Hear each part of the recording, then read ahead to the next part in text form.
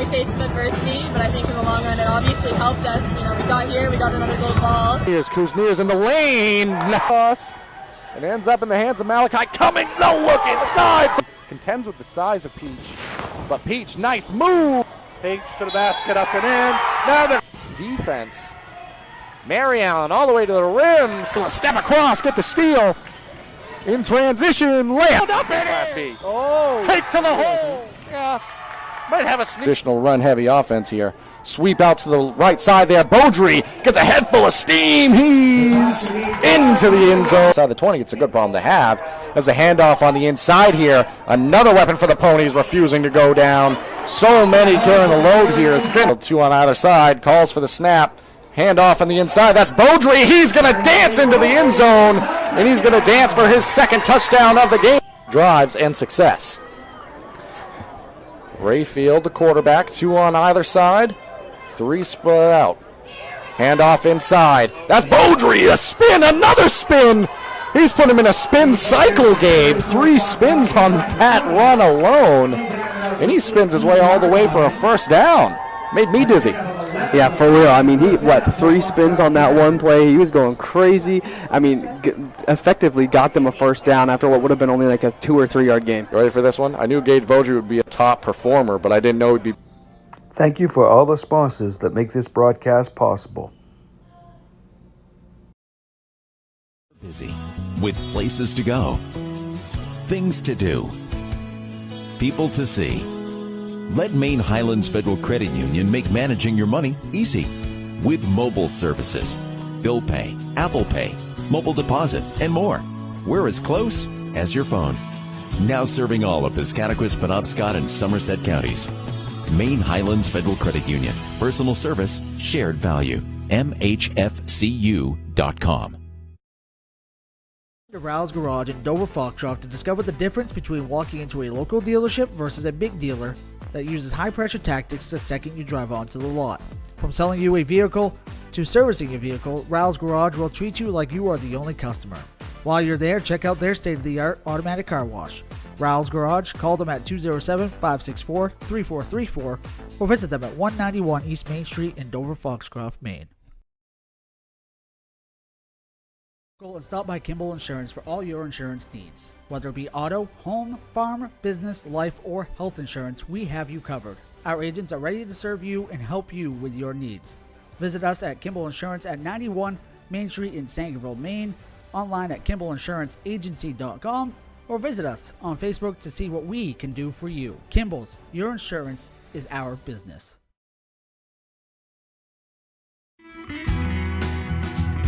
Sluggers baseball and softball training offers a variety of classes and leagues to expose you to a wider view of the game. Sluggers leads the way in baseball and softball training with industry-leading technology such as Hit Tracks that combines a traditional batting cage experience with modern analytics, all from the virtual diamond of your favorite ballpark. Check out Sluggers today on Facebook, schedule online, or call 207-951-2250 to start your journey with the best training staff around. Excellence starts at Sluggers. Brothers Meats is a family-owned and operated business located in Guilford, Maine. We operate a local retail meat market along with a slaughterhouse, smokehouse, and processing plants. Herring Brothers has all sorts of meats from already pre-cut all the way to cutting it right on the spot for you. Also, while you're there, don't forget to try their wicked good beef jerky that is made right in Guilford, Maine. Call them at 207-876-4395 or visit them at 346 Water Street Monday through Saturday from 8 a.m. to 4 p.m. To Rouse Garage in Dover Foxtrot to discover the difference between walking into a local dealership versus a big dealer that uses high-pressure tactics the second you drive onto the lot. From selling you a vehicle to servicing your vehicle, Rouse Garage will treat you like you are the only customer. While you're there, check out their state-of-the-art automatic car wash. Rouse Garage, call them at 207-564-3434 or visit them at 191 East Main Street in Dover Foxcroft, Maine.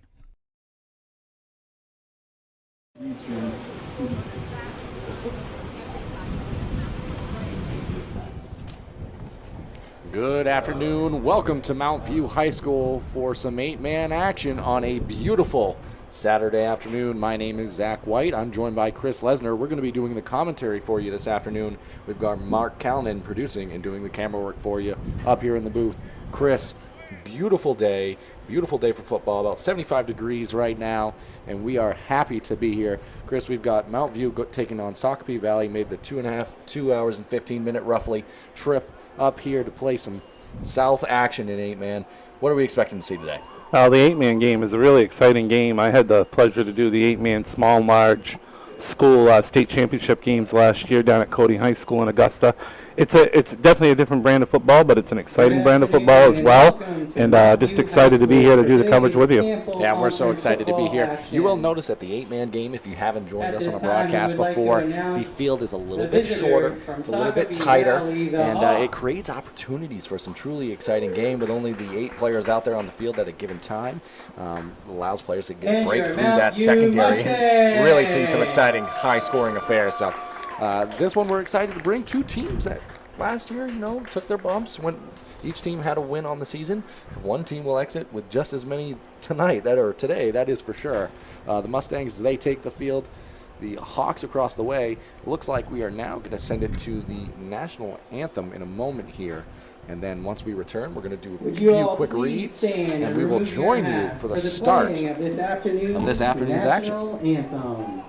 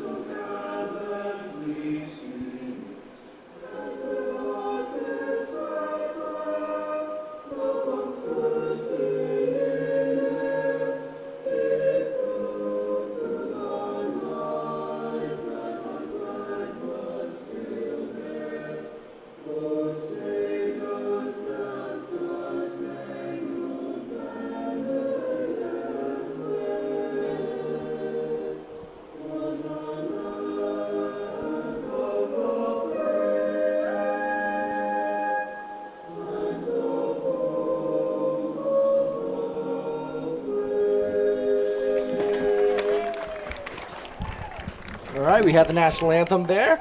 Want to take the opportunity to thank a few more of the sponsors who have helped make these broadcasts free and available for everyone at home. Chris, why don't you let the people know about a few of those? Eli's Market, located at 54 Water Street in Guilford, offers full-service meat, produce, and deli departments. Eli's also offers additional services such as propane, rug doctor rentals, ice, and more. More information, blah. It's my preseason here, Zach.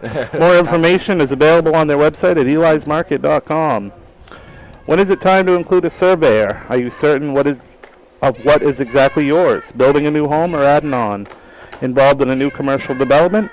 Employing an engineer, architect, or landscape designer? Are you capturing aerial imagery? Exploring real estate or evaluating local terrain? These types of projects often present problems that only the proper use of land surveying or geometric services can resolve. Centrally located in Dexter, Maine, Maine Mapping Company provides statewide offerings of land surveying, geomatics, and mapping services uniquely tailored to project demands. From conventional surveying to high-end remote 3D mapping, reach out to Maine Mapping Company today to discuss your project needs at 207-800-5807 or connect with us on the web at www.mainmappingco.com today. And there you have it. There's a few. We'll hear from more later on as we get through this one. Right now, the captains, for either side have taken center field at the 50-yard line, and we prepare for the coin toss. Coach Leary for the Mount View Mustangs getting his group excited.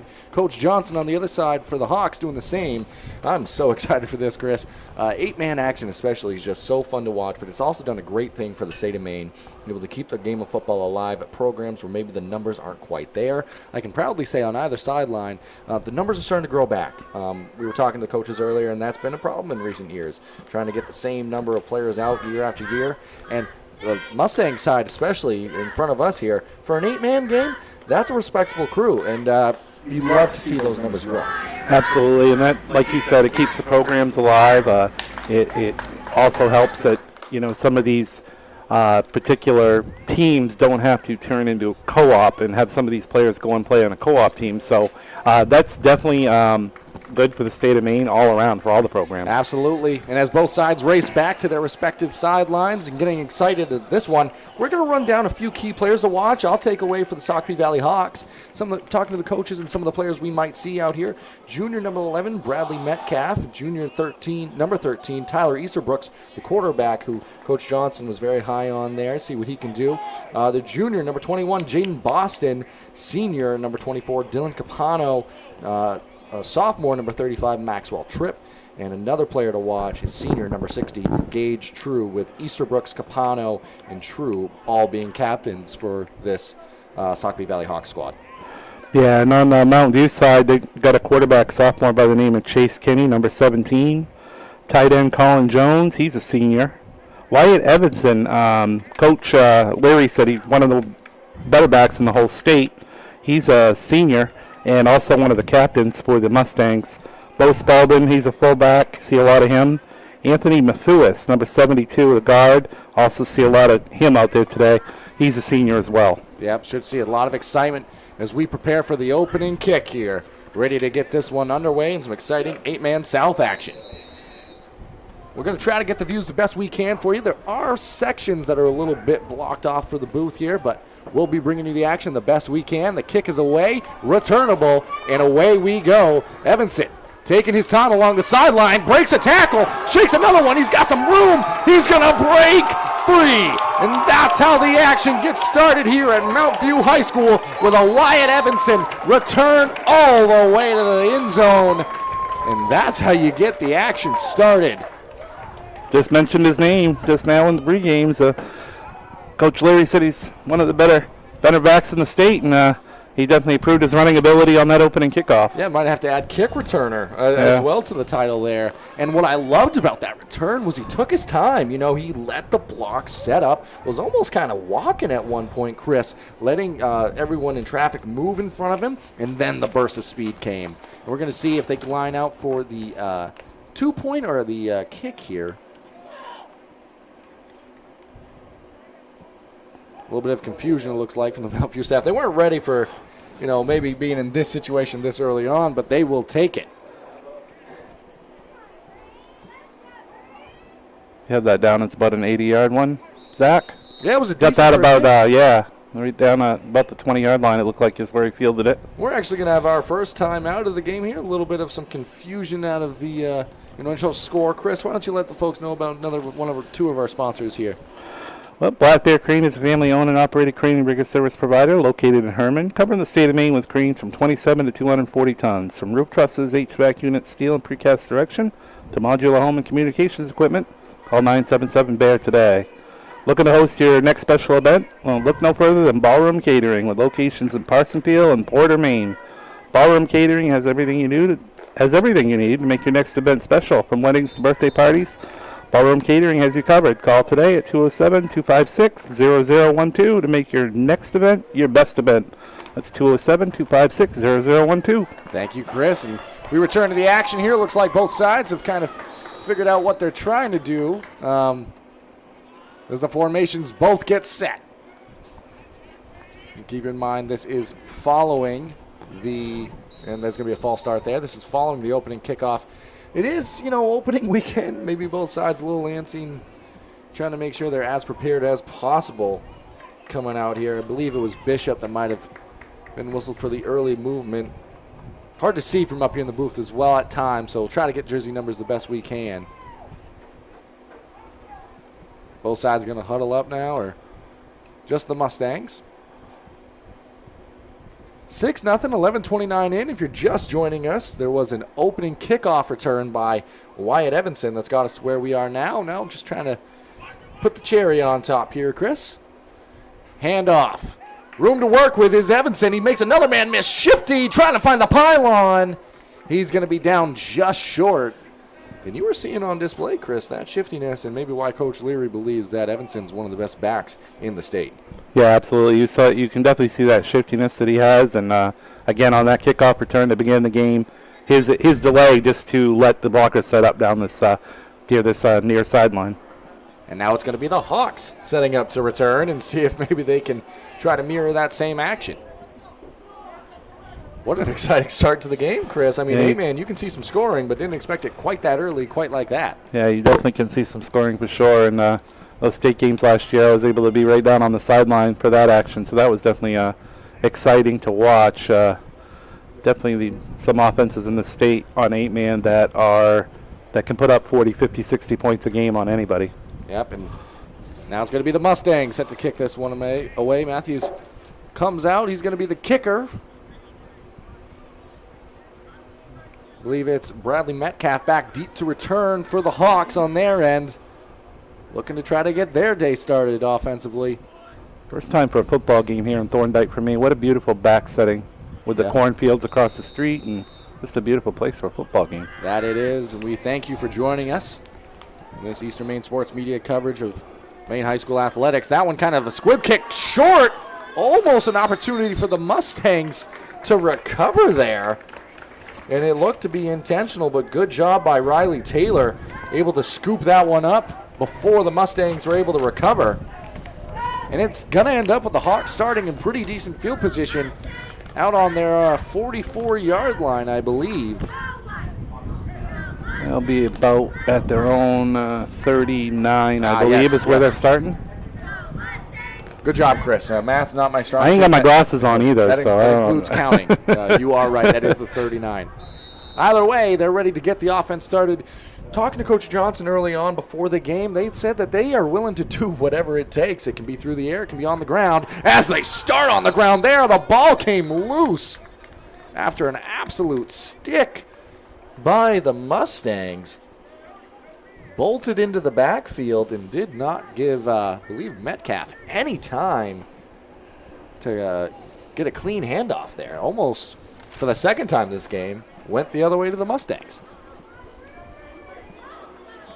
Mark that as 1 yard loss or no gain on that one? Now their handoff here. That time to, again, see if I can get the jersey number. Yeah, that is Metcalf from quarterback Easterbrooks. Nothing doing, so good early defensive stand by the Mustangs. And they're knocking on the door of a 3-and-out, forcing the Hawks to face a long third down situation here.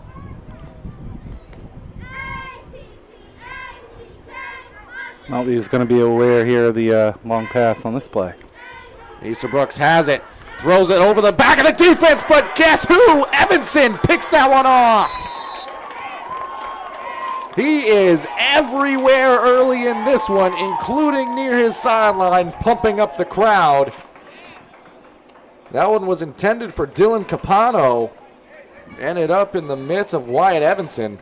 What an athlete he is. And what an early start for him. So this is the first true opportunity on the offensive side for the Mustangs. And after almost getting the ball back twice, once on the kickoff, once on the fumble, they end up getting it back through the air on the interception. Yeah, they're going to start at the Hawks' 45-yard line, actually. Be quarterback Chase Kenny. Yep.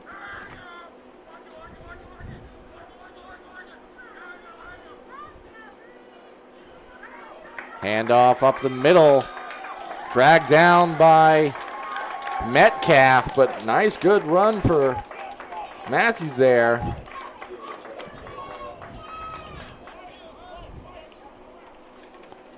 .72 there with the run. Nice game. It was indeed. And if you can establish the run the way that the Mustangs told us before the game they'd like to, you can be tough to compete with in 8-man football. Another handoff up the middle. That's going to be Matthews dragged down there from behind. Got some more yardage, but ultimately a good tackle performed by Maxwell Tripp, the linebacker.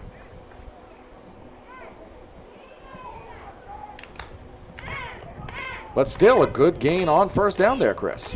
Picked up about 6. And another thing that Coach Leary did let us know is that he didn't so much want to take the top off it and throw deep. He thought he could control the game with the run game. Yep. So not that they're not capable, as he mentioned, but just looking to control on the ground. Blitz coming, another handoff up the middle. Matthews that time made a man miss. Going to ultimately be dragged down. it's going to be about a yard short. Yep, it's going to bring out 3rd and short, probably 4-down territory here, Chris, especially early on in the field position being the way it is. So you've got about 2 downs to gain a yard, maybe 2.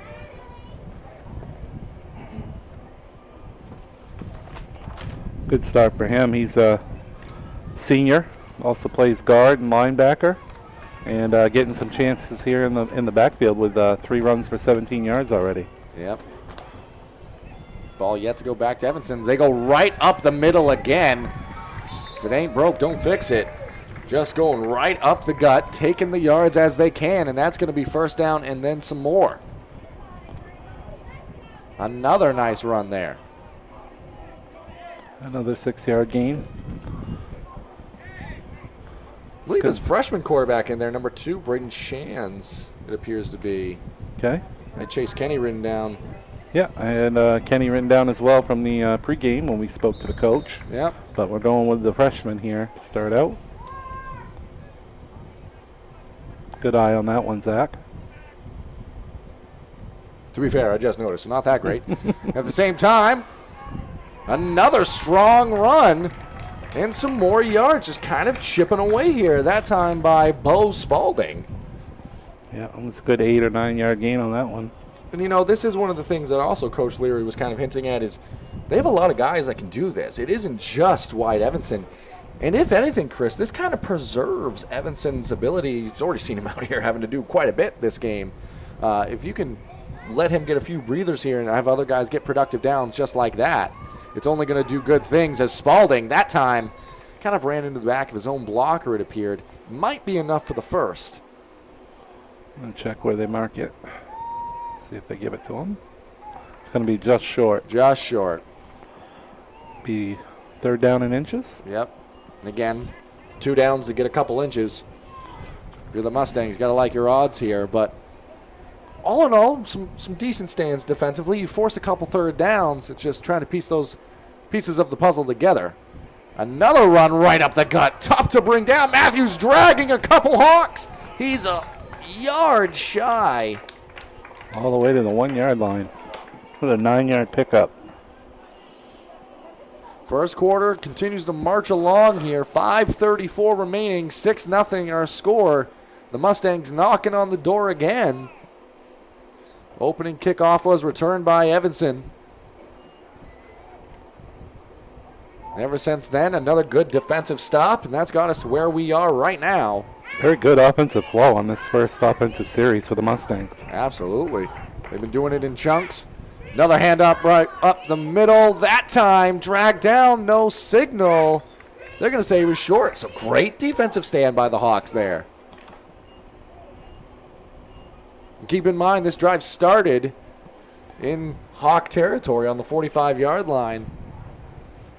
So pretty methodical here by the Mustangs. And we're going to have a timeout taken by Coach Johnson and the Hawks.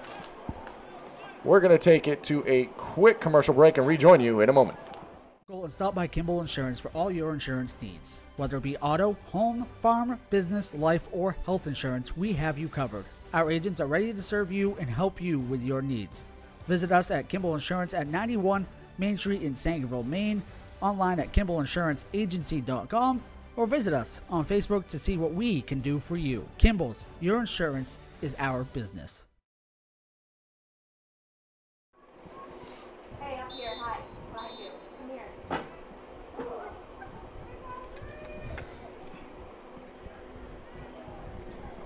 Welcome back. Here's following the timeout by Coach Johnson and the Hawks. The Mustangs knocking on the door. 2nd and goal from the half-inch line there. And that time up the gut, Matthews into the end zone for the score. Mustangs, they punch it in. That time up the gut, Matthews into the end zone for the score. Mustangs, they punch it in. Replay, and that makes it a 12-0 game. And this time it's going to be quarterback Chase Kenny entering to try to convert here. So early statement by the Mustangs. Their offense is looking efficient so far in this one, Chris. Yeah, first offensive series in the March 45 yards, and a lot of that by Matthews, number 72, the senior, carrying the load on that possession. And one thing you're seeing from Wyatt Evanson that's been truly impressive to me, as you see the rollout here by Kenny, he's going to be dragged down, brought down hard from behind. Good tackle there. That time, I believe, was by Wells. Tough to see exactly the jersey number there, but good stop for the Hawks. So that keeps it a 12-0 lead. But Evanson able to kind of control traffic out there, and if somebody's not in the right spot, he gets them lined up correctly. So you're seeing great leadership out of the senior there, who's had an incredible game so far. Certainly has. Just want to point out that it might be a long day for the cheerleading staff in front of us, as they've done an incredible job so far. 75-degree day, and it appears they're doing push-ups for the scores here, Chris. So we'll try to get footage of that maybe at some point, but it could be a long day on the beautiful turf and the beautiful field we have here. The turf track around this football field is nice as well. I once went to a Maine football game where the cheerleaders would do that, and I once went to a game that Maine scored 70 points in. So that was a lot of exercise for those cheerleaders that particular day. That was about half of what Mark Callan does when he wakes up in the morning, from what I hear. Mark doing a great job producing and doing the camera work for us up here in the booth. We thank you all for joining us. If you haven't already, subscribe to the YouTube channel. That way you can stay up to date on all the games we have going on. But the kick is away. Good kick. That one might travel to the end zone. It's going to bounce, and it does. Kind of dangerous there at the same time, though, Chris, because that's a live ball. Yep. And if that doesn't get all the way to the end zone, the Mustangs could have had a chance to get it. But good read by Metcalf. Ball did travel into the end zone. It's going to be a touchback ball out to the 20. And opportunity number 2 for the Hawks. Their opening drive ended up in the arms of Wyatt Evanson in form of an interception. So good early stand by the Mustangs on defense. We'll see what the second time has in store for either side. Just got to mention, too, that Mark Kalman is a Sacopee Valley graduate and alumni from Sacopee Valley, but he has, trust me, no root and interest in this game today. Absolutely not, although he did want to put on the pads and helmet, I heard earlier on. That's what he was mentioning. All the same, okay run on first down, get pick of a couple yards. It's going to bring up second and about 7 to me up here in the booth. That's what it appears to be. Been very impressed with the defensive line, especially of this Mustang squad. Coach mentioned they were going to be in a 3-man front for part of the game, and able to get into the backfield there and swallow up the quarterback. Try to see who it was flashing into the backfield there. Number 28, Antonio Vieira. Good job by him, able to fly into the backfield, brought down the quarterback Tyler Easterbrooks, who not an easy quarterback to bring down. Chris and I were down on the field earlier, and Easterbrooks has some size at the quarterback position, so impressive tackle there. Very large hands as well. Yep. Natural quarterback. Handoff off the interior, but a ton of tacklers able to get to the football in just a gain of a couple. Going to bring up 4th and about 6, maybe 4th and 5. See what the early call is going to be here out of the Hawks. I would assume it's going to be a punting situation back up in your own territory. And it's ultimately probably going to lead to a 3-and-out here for the Hawks. But had some positives, on the second down play. That one didn't go your way. You have the tackle in the backfield for a loss, but you had 2 positive plays, if I can speak, Chris, outside of that. So compared to the first drive with the interception, you definitely had some more positivity going your way. But back to return is going to be Evanson. He's already done it on a kick return. Going to see what he can do here on the punt. Good kick, strong. That's going to travel. Take a favorable bounce to the middle of the field. And it's going to be down on the Mustangs' 45-yard line. We're going to keep it here and let you know about a few more of the sponsors who have helped make these broadcasts free and available.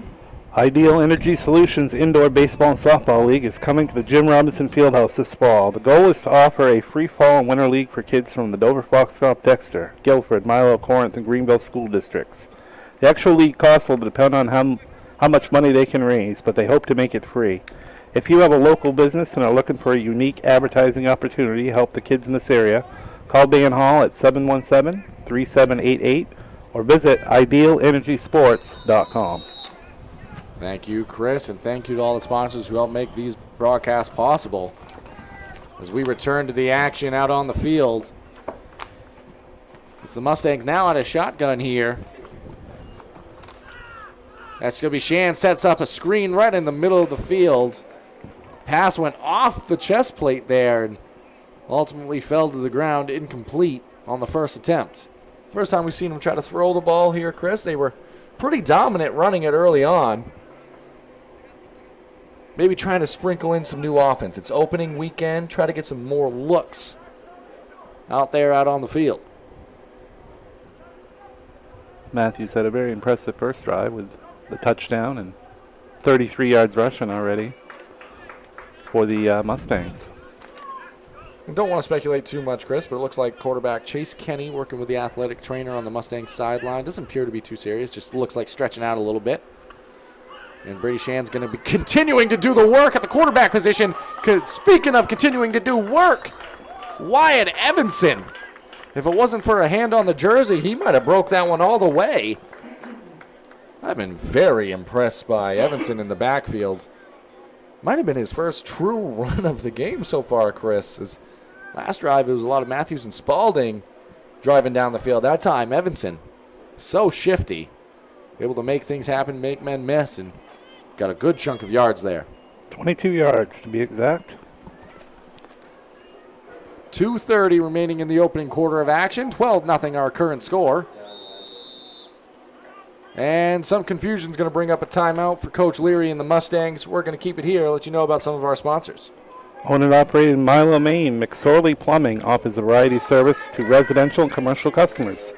New construction and remodels, open and closing of seasonal camps and cottages, pump services, and water treatments. McSorley Plumbing has always been a proud sponsor of youth and high school sports.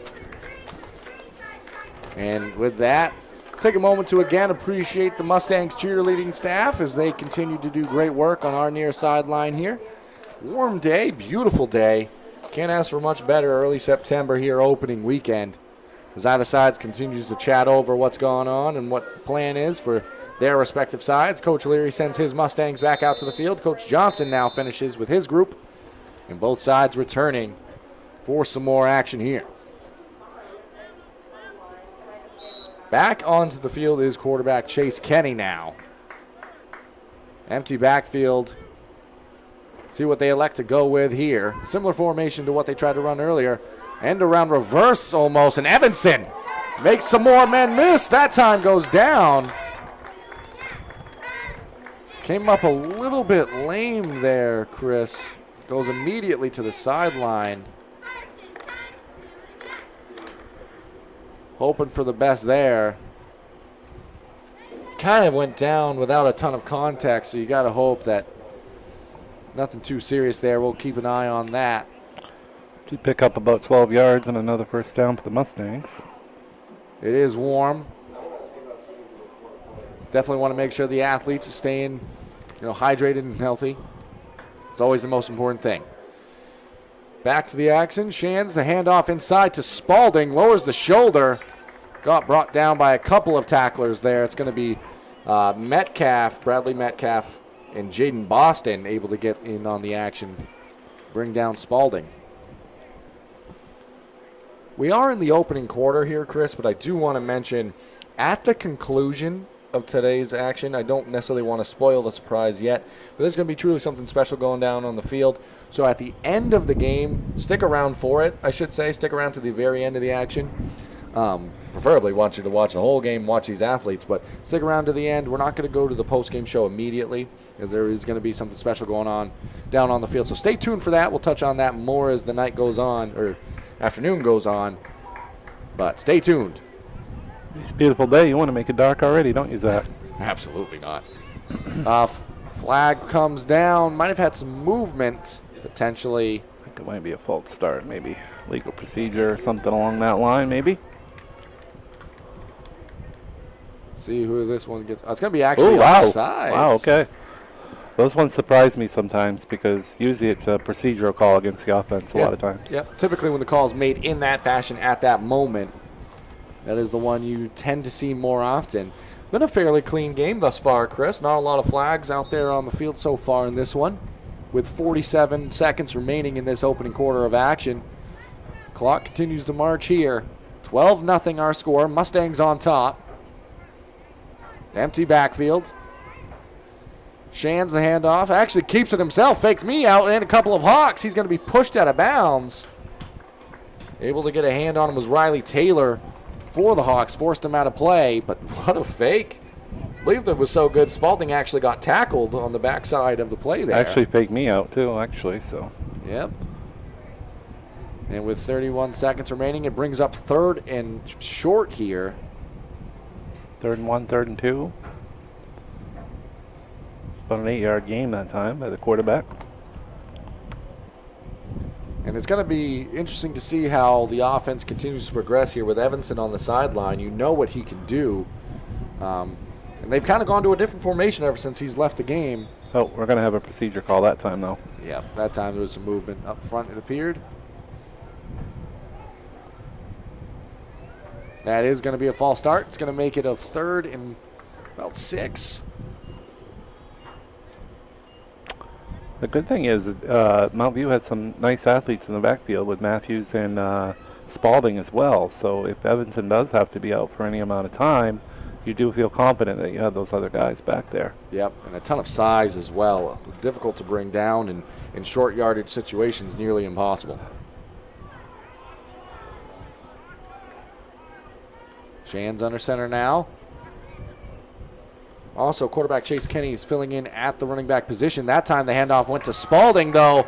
Tough to bring him down. Takes a few tacklers. Metcalf, Capano, and Rowan Moser are able to get in, finally bring him down. I believe that's get enough there. Yeah, it looks like it's going to be enough to move the chains, Chris. First and, is it going to be 1st down and 10, or is it going to be 1st and goal? 1st and goal. Chains have yet to get set, but that's probably going to do it for the first quarter of action either way. The buzzer sounds, and it's going to cap off an opening quarter of 12-0. Mustangs on top. Chris, we're going to keep it here, maybe go through a few more of the sponsors, and after that, probably touch on some stats from that opening quarter of action. Yeah, Eli's Market is located at 54 Water Street in Guilford, offers full-service meat, produce, and deli departments. Eli's also offers additional service such as propane, rug doctor rentals, ice, and more. For more information, it's available right on their website, elismarket.com. When is it time to include a surveyor? Are you certain of exactly what is exactly yours? Building a new home or adding on? Involved in a new commercial development? Employing an engineer, architect, or landscape designer? This one's a difficult one. Are you capturing aerial imagery, exploring real estate, or evaluating local terrain? These types of projects often present problems that only the proper use of land surveying and geometric services can resolve. Centrally located in Dexter, Maine Mapping Company provides statewide offerings of land surveying, geomatics, and mapping services uniquely tailored to project demands.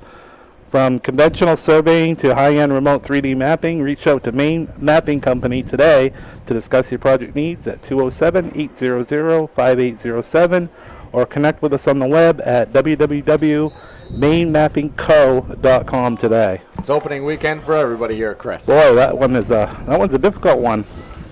With that, it's going to bring up the second quarter of action. Mustangs return to take the offensive side. A little bit tougher to see down here. You may actually end up seeing my head, who knows. But as I look out the window at a beautiful afternoon for football, I'll say it again because it deserves to be said. Beautiful landscape to be watching a football game as well, Chris. Absolutely. And it was really all Mustangs in that first quarter. And more Mustangs here on the opening play of the second quarter. Only about the second or third pass attempt we've seen so far this game. And that one through the air from the freshman. Tough to see who caught it on that backside. But a good play.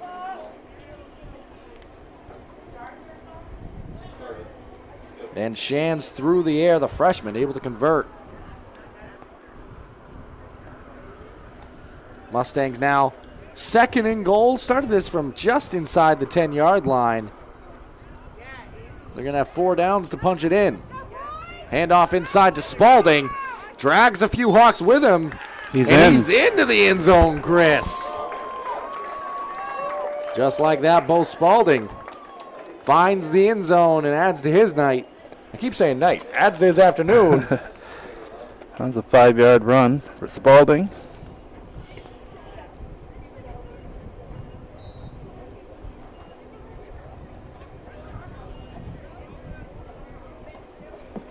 And potentially more push-ups here for the Mustang cheerleading squad. Could be a long afternoon for them, the way this is going so far. We might have to go join them at some point, Chris. I'm all set. You can get Kelman to go down with you if you want. Maybe we'll just send him. Either way. Comes the 2-point conversion attempt. Shands the handoff. Yeah, that time to Kenny. Yep, yep, and he does find it, Chris. Chase Kenny, a name that we knew we'd hear from, on full display there. That's going to stretch it to a 20-0 advantage for the Mustangs early on in this second quarter of action. Just 11:14 on the clock here in the second quarter. Definitely an impressive offensive approach so far that we've seen from the Mustangs, and let's see if Sacopee Valley can finally get something going. They've really, really struggled so far offensively. Yeah, and that's kind of been the name of the game so far, Chris. It's been methodical drives by the Mustangs. Give them a lot of credit for doing so. It hasn't necessarily been poor defense by the Hawks by any means. But offensively, just looking to get some momentum going here. And they've had moments where the offense has been there, just haven't been able to string it together. Maybe they can get a spark on this kickoff. They hope, anyways. And back to return, it's going to be Metcalf and Easterbrooks. Really, that's how Mount View really got their spark early on, with Evanston returning the opening kickoff for a touchdown. So maybe Sacopee can get some momentum going that way. Yeah, that kind of set the tone for what's been the rest of the game to follow up to this point.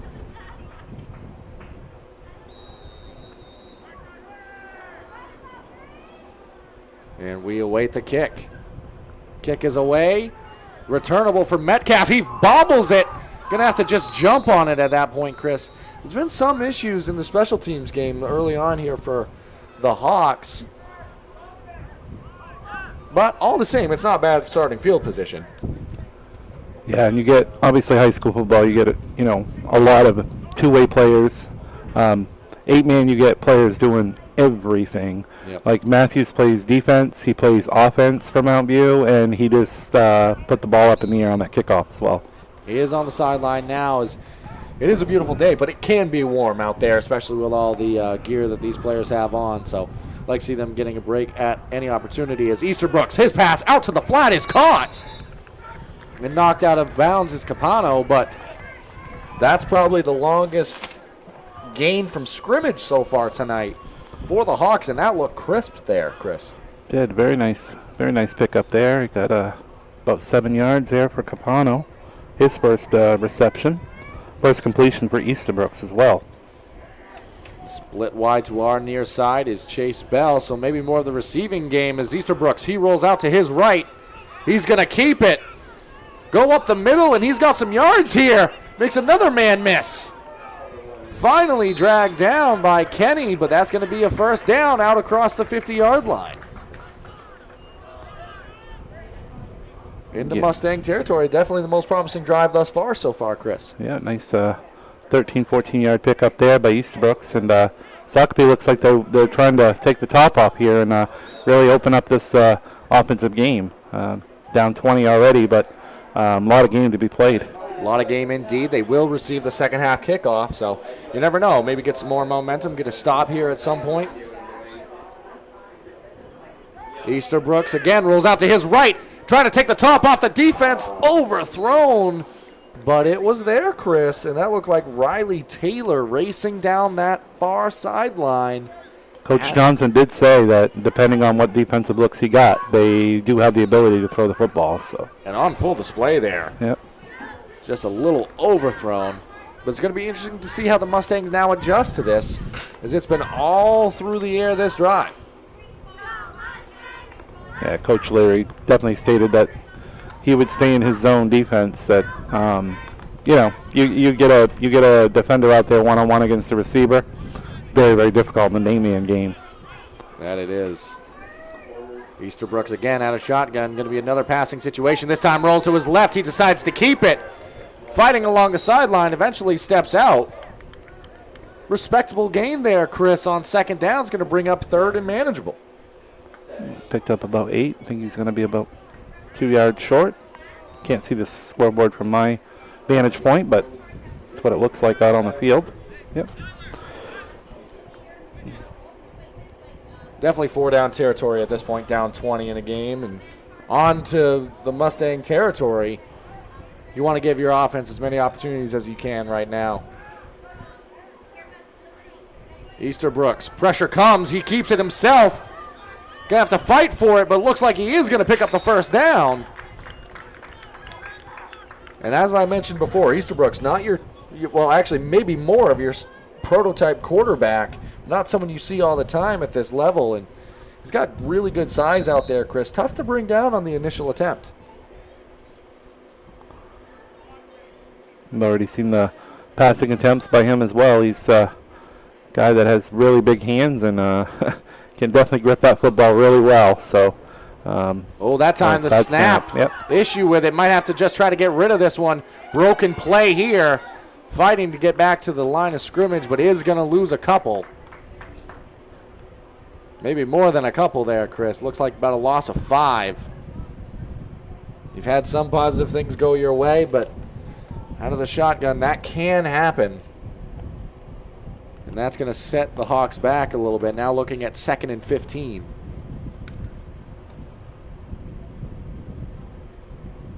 But going to stick in this spread offense, passing style of game. Great job picking up the blocks there. A lot of contact. Flag's going to come out here. And that's going to be Brady Metcalf, the intended target, and too much contact downfield. That pass was there. If the contact doesn't happen, that might be a touchdown. But I think that's a good penalty on Mountain View because I think he was beaten. I think that would have been a touchdown if he hadn't gotten interfered with. Yeah, and you can hang your head at times like that as a defender, but it's hard to remember. You just probably made the better play as Merrill able to create contact in high school football. It's not a spot foul. It's a gain of 15. So. Yep, and that was Dominic Nash for Mountain View that was on that coverage. He's a sophomore. I think that's a good penalty in that situation. You don't give up the touchdown. It was, but it looked good for the offense of the Hawks, who this has been their most promising drive so far. There's bad penalties and good penalties, and I thought that was a good penalty that time on the Mustangs. And Easterbrooks this time was designed to keep it himself. He lowers the shoulder, picks up enough for the first down, it does appear.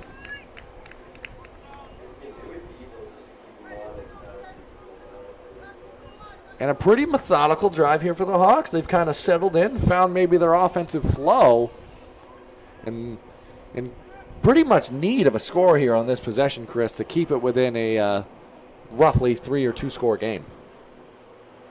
Yeah, Easterbrooks mostly known, as Coach Johnson told us, for his passing prowess, but 34 yards rushing here in the first half so far, and most have been on this drive.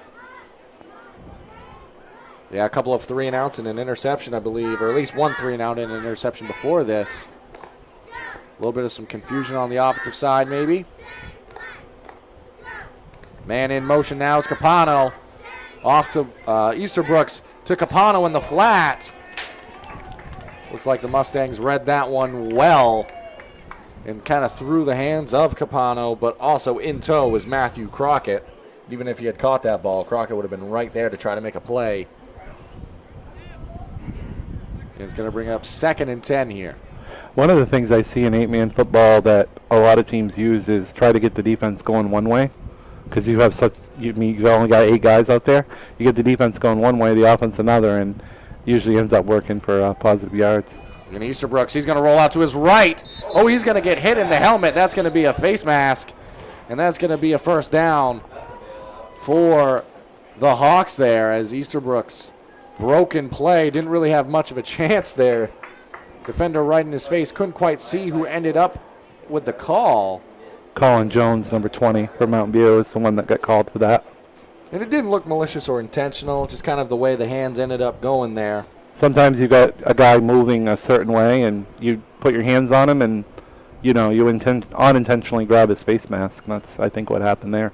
Yeah, but it is going to be a first down for the Hawks here as the chain group trying to get things settled on their end. Chains have yet to move. Actually, it's going to be, I thought that was an automatic first, Chris, but it looks like it's just going to be second. Either way, Easterbrook's now has it. Pass to the flat. That's caught. And that's Brady Metcalf there on the reception. That's going to bring it all the way inside the 5. A lot of positive momentum going now for the Hawks.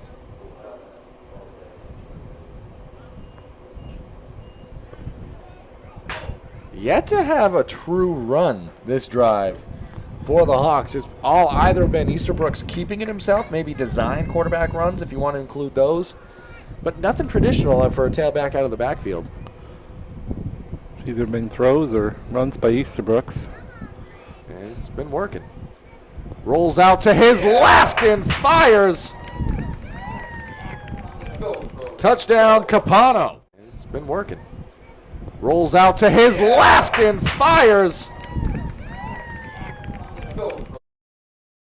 As you saw it on the additional cam there, thank you, Mark Callan, for doing all the camera work. And that's how the Hawks get involved in the action in the scoring department. Good job by Dylan Capano, but what a throw by Easterbrooks. Rolling to his weak side, kind of threw it across his body.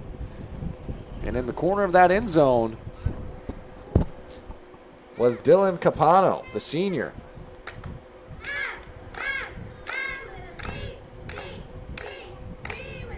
Go for two-point conversion here, and that's going to be Easterbrooks, and he's going to run it in. 2-point is good there. Thank you, Chris, and well done by Easterbrooks. And that gets it to a 12-point margin, 20-8 our score here at Mount View High School. What we got for time on the clock, Zach? We have 8:48, 8:46. Tough to see exactly the number, but all right, roughly 8:40 remaining in this first half of action. Stick around for the halftime show. We're going to have the Black Bear Crane halftime show. Actually, speaking of Black Bear Crane, they're a family-owned and operated crane and rigging service provider located in Herman, covering the state of Maine, with cranes to 27 to 240 tons, from roof trusses, HVAC units, steel and precast erection, to modular home and communications equipment. Call 977-BEAR today. And with that, Chris, you know, an important thing to mention is Evanson for the Mustangs is still on the sideline here. Went out, doesn't have his helmet with him at the moment. Yet to see if he's going to return in this one.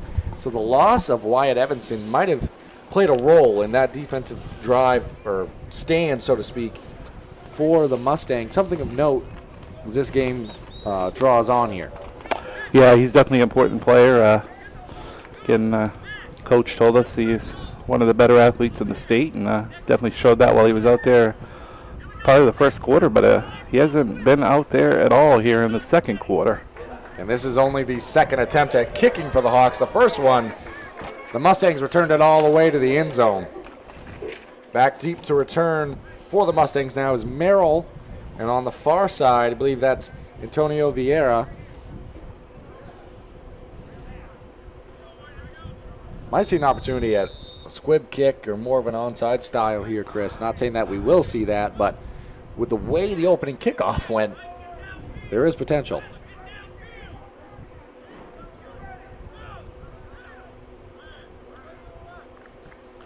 Both sides ready. And there is the onside kick. Able to recover it is Metcalf. I believe they do have it. Yeah, they do. The kicker got his own kickback. Brady Don't Metcalf, see that too often. like Pat McAfee out there, able to kick it to himself almost. Perfect kick, by the way, right down the middle. Yeah, very well done. And you did kind of wonder the way Sacopee was huddling up before the kickoff, if maybe they were going to plan to do something like that. And they're going to have great field position to start. I'm a little bit clairvoyant because I must have felt something in the air because I thought maybe the way that you mentioned, Chris, they were huddling up that they were going to go for something.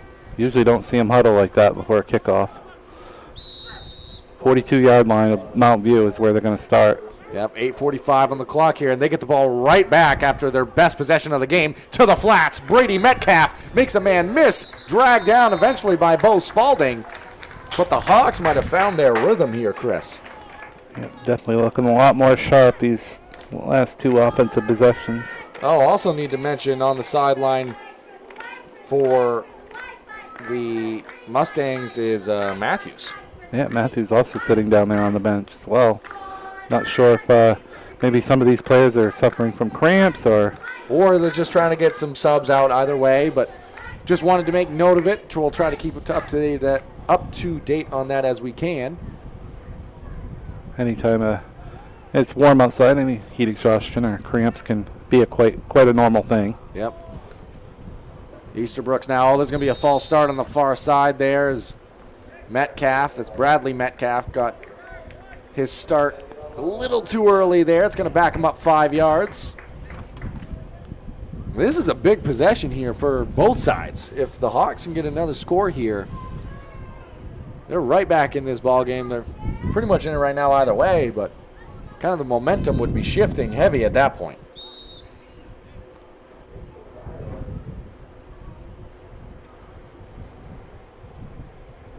It's going to push them back to what, 2nd and 15, I believe? First and 15, I'm sorry. Yeah, 1st and 15. Motion man Capano. Easterbrooks now has it. Nobody open. He's going to have to take it himself. Able to get out of play. Pickup of a couple. Got back near where they started originally before the penalty. But still going to bring up 2nd and about 11.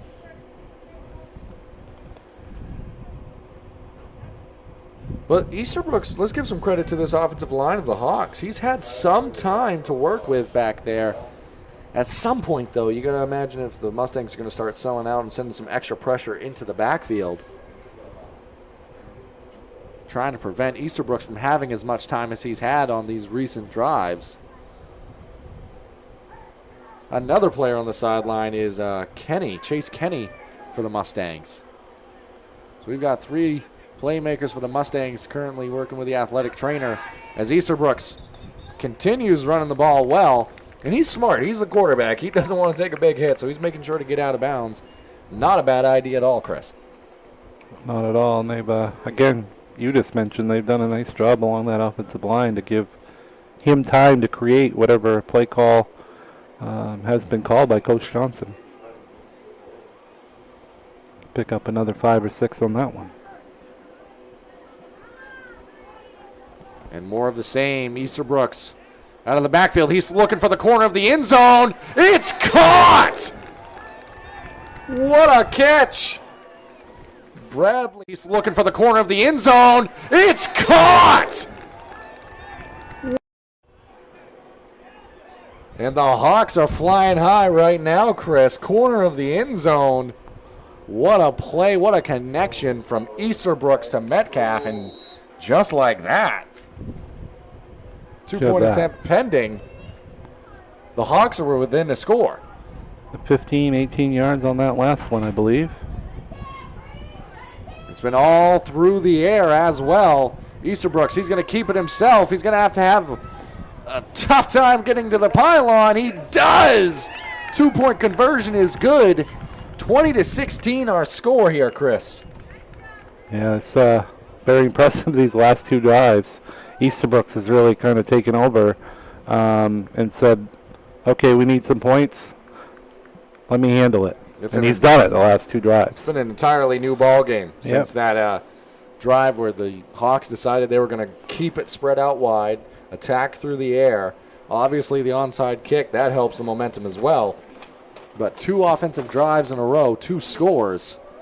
After some early woes, the Hawks are finding some success now. do need to mention, we don't like mentioning it, but there are some of the key players for the Mustangs down on the sideline there. Be interested to see if they can work their way back into the game. Obviously, their health's the most important thing, but got to see think about how that's going to impact the remainder of this one. 7:26 remaining in this opening half of action. Black Bear Crane halftime show coming up your way at the halftime here. So from the time they scored their last touchdown with the Capano touchdown, then they had the onside kick. A minute and 20 seconds had expired between touchdowns there, so that's huge. That's good management. And they got the ball to begin the second half when we do start half number 2. Wow, tongue twisters today. Yeah, I know it happens. He's getting to all of us. I don't imagine we'll see the onside kick on this attempt. I'm wrong. We see it anyways. Scrub to the ball. Yep, they got it again. Going to come away with it again. Recovered by Jaden Boston. It was a Mustang that looked like initially swallowed it up, but a sea of white jerseys was able to get there, knock the ball away. Wow. It is all Sacopee Valley right now. Yeah, and if you're Coach Larry in Mount View and his coaching staff, you've got to do something about that, because you've got to have your best hands guys out there. Not saying he doesn't, but definitely got to prevent that. I mean, Sacopee might just keep doing that. And you got to put some emphasis on the passing game here. At this point, it's fair to say you expect to see it coming, but what execution so far by the Hawks on these recent drives. Starting at the Mount View 45. Easterbrooks now, no surprise, through the air. Capano just out of reach. He was open too. It almost did look like, as Coach Leary's calling for it, it was close to an extension of the arm there for Capano. Either way, it wasn't really catchable. But it is also opening weekend, Chris. So, I mean, these connections and these passing plays, it's tough to get the timing down, but the Hawks are very close and had a great connection last drive in the corner of the end zone. Expect to see that more often as this game drags on. They've seen that they can get the separation. It's just a matter of Easterbrooks putting it in there where his receiver can come up with it. Again, he made a nice throw on the touchdown pass last drive. See what he can do here. And after trailing 20-0, the Hawks have a chance on this drive to take the lead. They got to do some work before getting there, though, as Easterbrooks putting in work along his sideline, able to pick up the first down. 10-yard run, 10 or 11 yards. It's been all Easterbrooks. I mean, the receivers have done a great job as well, but any design run has been Easterbrooks just taking it himself. Yeah, his stat sheet is definitely filling up a lot more than a lot of others here on the Sacopee side. Not saying we're not going to see some of the stats fill up for the other guys, but so far this quarter it's been Easterbrooks. Now under 7 minutes remaining in this opening half of action. Hawks, they trailed by 20 at one point. Knocking on the door now. Easterbrooks fires deep. Caught! What a catch down the sideline for Brady Metcalf. It is all going right now for the Hawks. An important thing to mention, for the athletes themselves, this is a fun style to play, and it gets you more energized. So you're seeing, no matter the heat or the temperature out there on the field, these Hawks are flying down the field. Yeah, that was a 31-yard connection from Easterbrooks to Brady Metcalf, and what a play. Positioning his body the right way to come down and bounce with that ball by Brady Metcalf.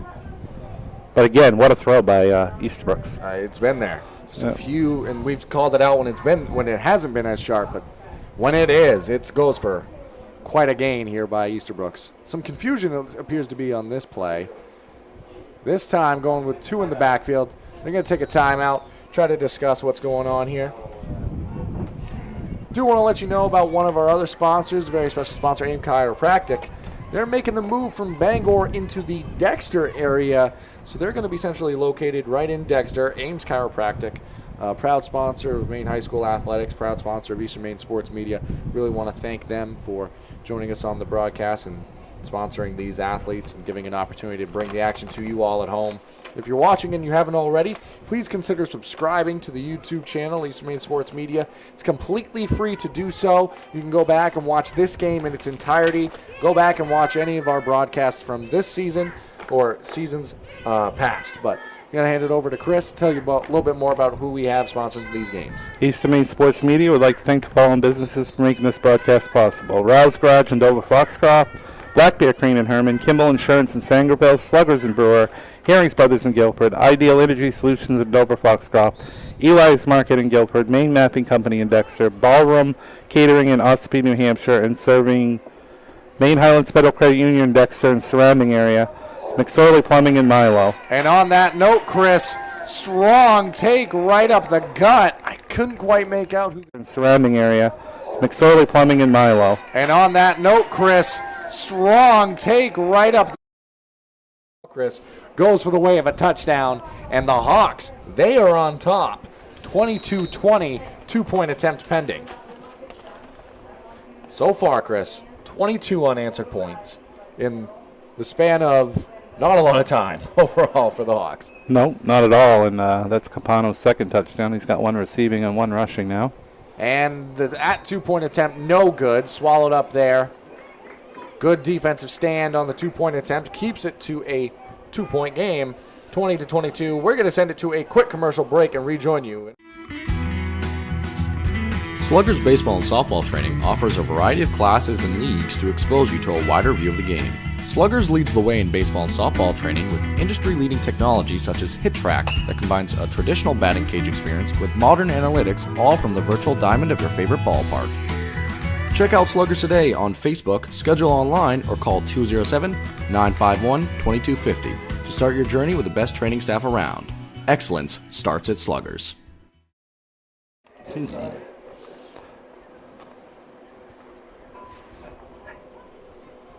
Welcome back. Here's the Hawks have completely changed the tempo of this game. I'm sure we'll get into it a little bit more at the Black Bear Crane halftime show, Chris, but with 6:06 remaining, it is 20-22. Hawks on top.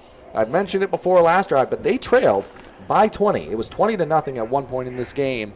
And 5 minutes ago. Yeah. 5 minutes and 8 seconds off the clock. They've scored 3 touchdowns. That's efficiency right there. Yeah. Do have to mention there are some injuries that appears to be on the sideline for the Mustangs. You have Evanson, who's really been the impact player of the game so far for the Mustangs. You have Kenny, and what do you know, onside kick number 3. If it ain't broke, don't fix it. That time picked up and returnable for the Mustangs. Maybe went to the well one too many times there, but almost got it back. I mean, when you're successful on 2 out of 2, you got to keep trying it. I mean, you've taken control of this game simply by recovering those, not only offensively, but those 2 onside kick recoveries obviously made a big difference here in this quarter. And on the sideline, you have Anthony Matthews, Wyatt Evanson, and Chase Kenny. So some of the players that have made a lot of the impact for the Mustangs on that sideline. You still have Bo Spalding out there, Brandon Shands. But this is going to be their first offensive opportunity in quite a while for the Mustangs. Yeah, it seems like forever since they've had the ball. I believe that's 22 Dominic Nash also in the backfield for the Mustangs.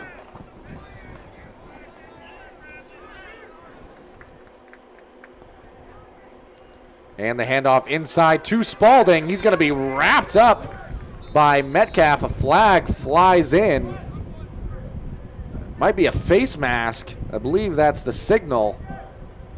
If so, that's going to be a big penalty in favor of the Mustangs. It is a face mask. That's going to tack on some yardage.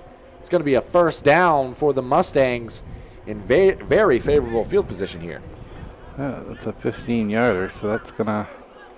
Well, I'm not sure how they mark that off usually. Well, they're going to say it wasn't a personal foul, maybe just a 5-yard face mask there, Chris. So yeah, not quite as bad as it originally thought to be. Looks like the ball's at the 38 of Sacopee. Calling out signs is Metcalf for the Hawks. Take right up the gut. Strong run there. Able to pick up the first. The intensity starting to pick up for either side. You can feel it. Good, strong run. I believe that was number 20 with the carry. Colin Jones.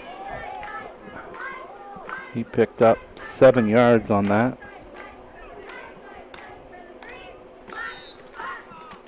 Ball at the 31. Clock continues to run. 5:33 remaining here in this opening half of action. Seems like a long half, Zach, but we've seen a lot of action happening on the field and a lot of scoring here in the second quarter. 8-man football can lead to a lot of scoring, as we've seen, and now more just tough football take right up the gut. That time again for Jones. 42 total points in this first half of action. And the Mustangs continuing to move here. 30 points in the second quarter, Zach. Yeah, so slow moving, but with a reason. A lot of scoring. Very typical of 8-man football. And we are sizing up for a great game here, Chris. I think, two very evenly matched teams at the 8-man football level. Quarterback keeper, it appears to be. Take right up the gut again.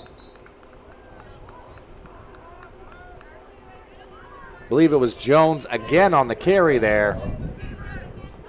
I think he's been taking the direct snap. And he picked up, a couple, 3 yards on that one. That's going to bring up 3rd and short.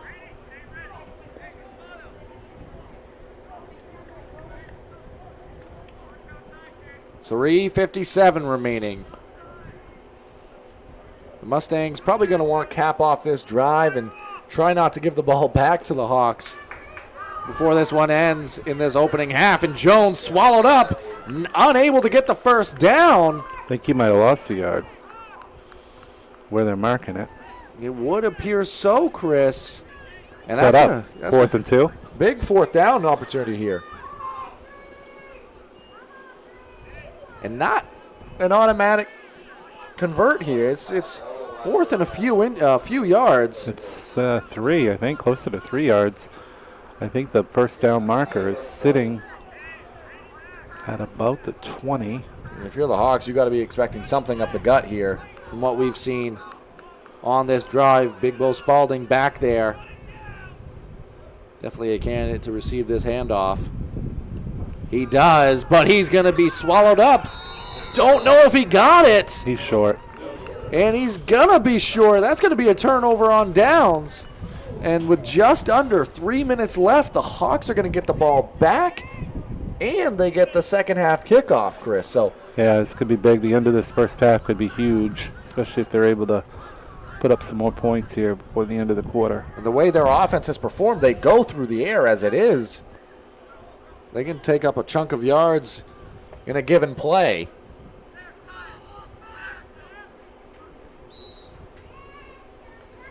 And it's going to be Easterbrooks with Metcalf and Capano on our near side. Motion man changing sides to give some extra protection. Easterbrooks rolls out to his left. Pass intended for Brady Metcalf, rather, I believe. Yeah, Brady Metcalf, the intended target. But almost picked off there. Maybe going across the opposite side for Easterbrooks. Wasn't able to get enough mustard on it. Yeah, two very good receivers there for the Hawks, and Bradley and Brady Metcalf. Yep, ton of size as well. You sprinkle in Capano, and it's a tough trio to contend with. Easterbrooks into the flat now. That's Capano fighting for the yards. He's going to keep going, pick up a first down, but now you got to kind of pick up the pace a little bit on offense. You still have time. Timeouts to work with. Wait for the chains to reset, then the clock will keep moving with 2:41 remaining. Wait for the signal from the official, and there's the sound on the clock. So all pretty much running a 2-minute offense at this point, Chris. Easterbrooks with, again, Metcalf and Capano on our near side. No safety.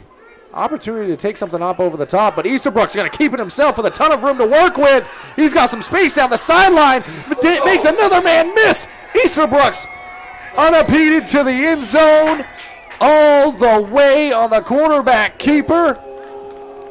28-20 our score. The Hawks have scored 28 straight. It's a 66-yard run by Easterbrooks. That was very, very impressive. What a first half. He's been doing it all this half. This quarter, actually. Tyler Easterbrooks have a second quarter. 28-20. Is going to bring up the 2-point try here. The Mustangs will get the ball back before this first half expires. This is kind of a big stop right here on the 2-point conversion because you can make it a one. Hawks can make it a 2-possession game. Mustangs want it to stay a 1-possession game. And Easterbrooks wide open in the flats. Beautifully drawn up, well executed. Riley Taylor, no one around him. And that score, as Chris pointed out, makes it a 2-possession game. We've got 2 minutes and 10 seconds before we reach halftime. And getting that second half kickoff is going to be the Hawks. And I'm sure we got a lot of stats to go over at halftime on the Black Bear Crane Halftime Show. We're excited to be bringing you that action. If you haven't already, subscribe to the YouTube channel. Stay up to date on the action we have for you here and the rest of this one. Also, you can go back and watch this game in its entirety on the YouTube channel, completely free. Thanks to all of our sponsors for making that possible. You can also go back and watch any of the action we've done from this year or years prior. We had Dover Foxcroft taking on John Bapst last night. That one went the way of the defending state champions.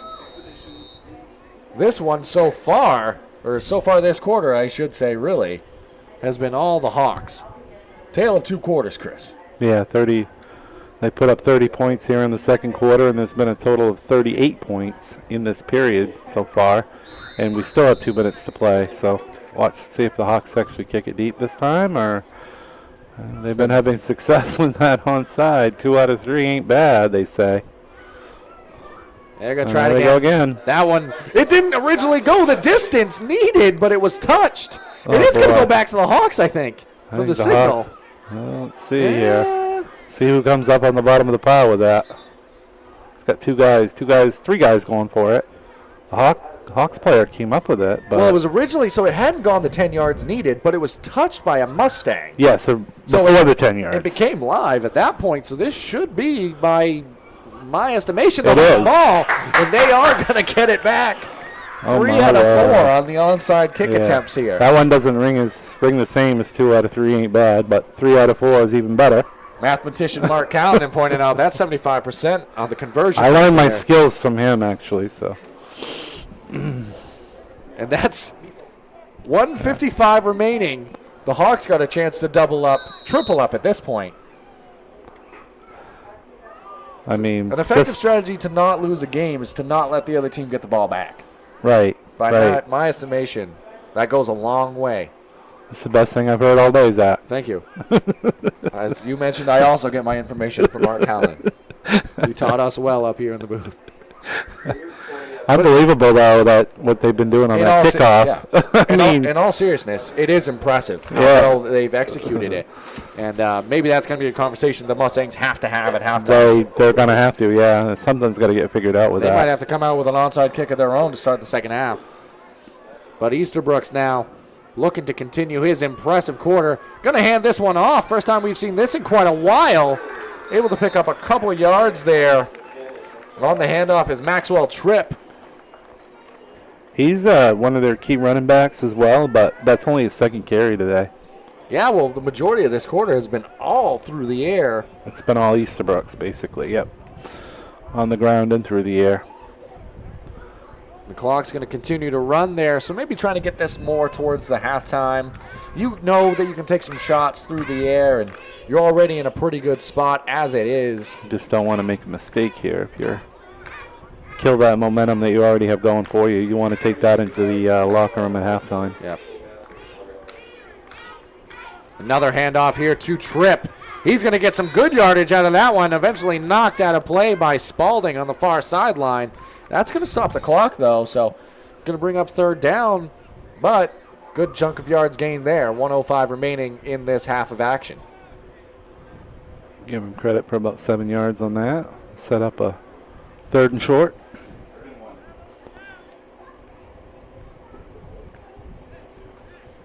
I would anticipate a run now in this situation, but at the same time, with the success they've had through the air, might just try to take the top off the defense again. One-on-one coverage to our near side. See what they like to go with. Easterbrook's the keeper. He's going to have some space. Going to have to make a man miss. He does. Nobody along the sidelines going to take a tackle here. Not made. Easterbrook's into the end zone yet again. 43 yards that time. The left side of the offense was completely cleared out. Looked like there was only one opportunity for Semenienko to make a play, but great job by Easterbrook's, able to evade and into the end zone. It is right now 36 unanswered. Yeah, and I got to be honest with you, Zach. The way this game started for each team, I thought it was going the other way. But, man, have things changed here in the second quarter. And, really, the onside kick thing has sparked that. Absolutely. And the play of Easterbrook's. Yep. He's going to receive the snap. Another pass to the flats. Another walk-in two-point conversion for the Hawks in Bradley Metcalf. And really, since the passing game started, and since Evanson and a few other key players went out for the Mustangs, it's been 38 unanswered. Yeah, they've scored 38 points in about 10 and a half minutes, right around there. Spalding had a 5-yard run early in the second quarter to make it 20-0, and since then it has been all Sacopee Valley Hawks. And what are they going to do on the kickoff here? I mean, the way it's been going, look at how easy you're scoring. There very well may be another onside kick in the future. But at the same time, people like percentages. They may want to keep that 75% mark. That'd go up to 80 if they recovered another one. Wow, look, this is Eastern Maine Sports Math Club up here right now, Chris. It is the Math Club, yeah. We got to keep something. Mark Kelman, he's good at that. Yeah. He's good at that for sure. Human calculator, as some do say. Yeah. Well, either way, 54 seconds remaining in this half of action. It's been a long half, Chris, with the amount of scoring we've had. See the different setup this time by Mount View. See if it helps. Nope. It's going to still go to the... I believe the Mustangs still came away with it. Did they get it that time? They did. It bounced off a few hands there. And now we're down to a 60% conversion rate. I can't take credit. That was Mark as well. We're just having fun with our percentages up here. But now you got to see if the Mustangs got to try to go for one here. You got to think, get some momentum, some positivity headed into your halftime conversation. Tale of two quarters. And you got to try to get something positive for your offense, which had some positive momentum on the last drive. You just couldn't convert a fourth down opportunity. If you can get your offense on the field, there's been some success. And it's going to be Shantz taking it for the Mustangs here. Handoff. Some room to work with, but dragged down from behind is going to be Dominic Nash on the initial carry. Timeout taken by Coach Leary and the Mustangs. We'll keep it here. Talk a little bit more as we prepare for the halftime segment coming up in a moment. Tackle was made as well by Maxwell Tripp on that previous I'm going to be honest, it's going to take me a minute to add up the Easterbrook stats because he has a lot of them. Didn't start off so well, an interception, and game didn't start very well for the Hawks, but man, has the tide changed. Yeah, a number of injuries for the Mustangs also getting in the way of that for on their side defensively, where they were really imposing their will. Let's not forget, they did lead at one point 20-0, had all the momentum, all the energy, and then this quarter it's flipped on its head.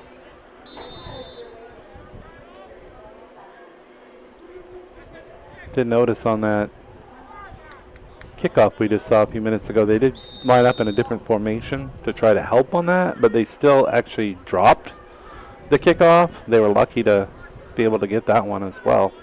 Probably be something that gets talked about a lot more at the halftime break.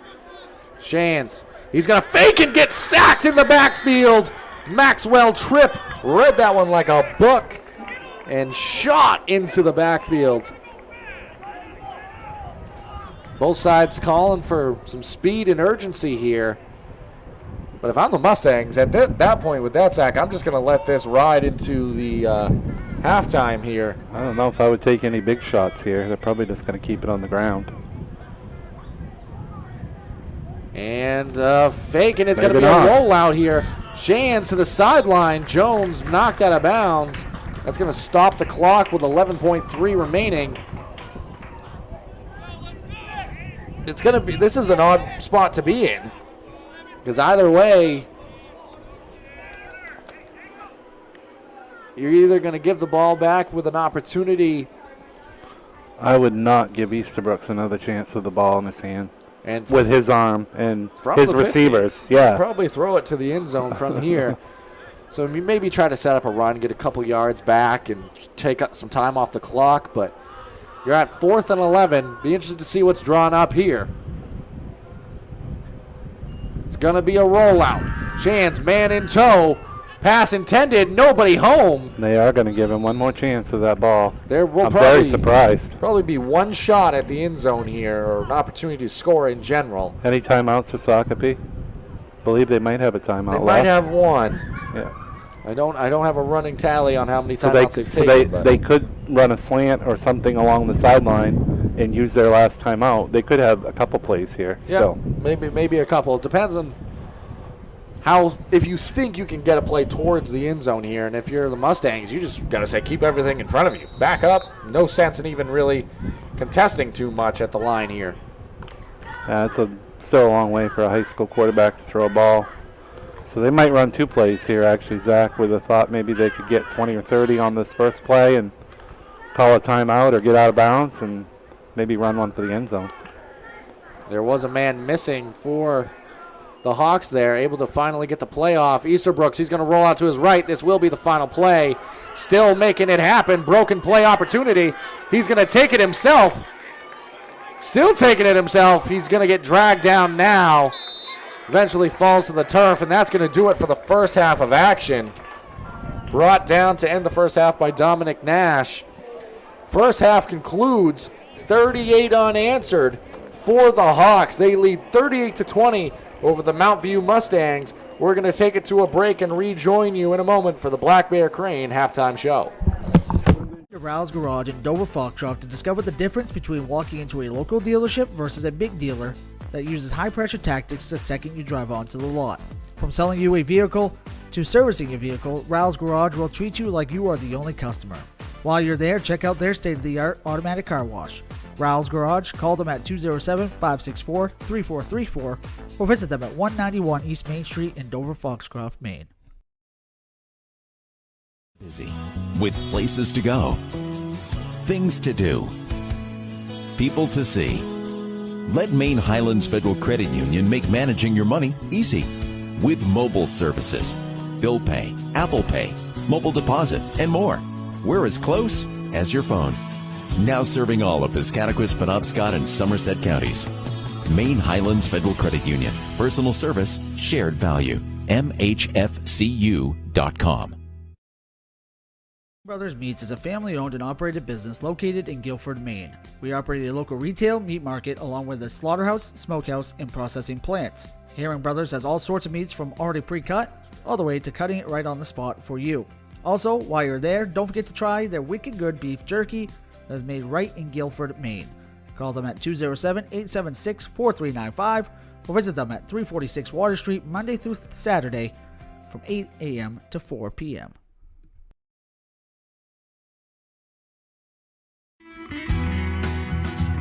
Sluggers baseball and softball training offers a variety of classes and leagues to expose you to a wider view of the game. Sluggers leads the way in baseball and softball training with industry-leading technology such as HitTrax that combines a traditional batting cage experience with modern analytics, all from the virtual diamond of your favorite ballpark. Check out Sluggers today on Facebook, schedule online, or call 207-951-2250 to start your journey with the best training staff around. Excellence starts at Sluggers. Go and stop by Kimball Insurance for all your insurance needs. Whether it be auto, home, farm, business, life, or health insurance, we have you covered. Our agents are ready to serve you and help you with your needs.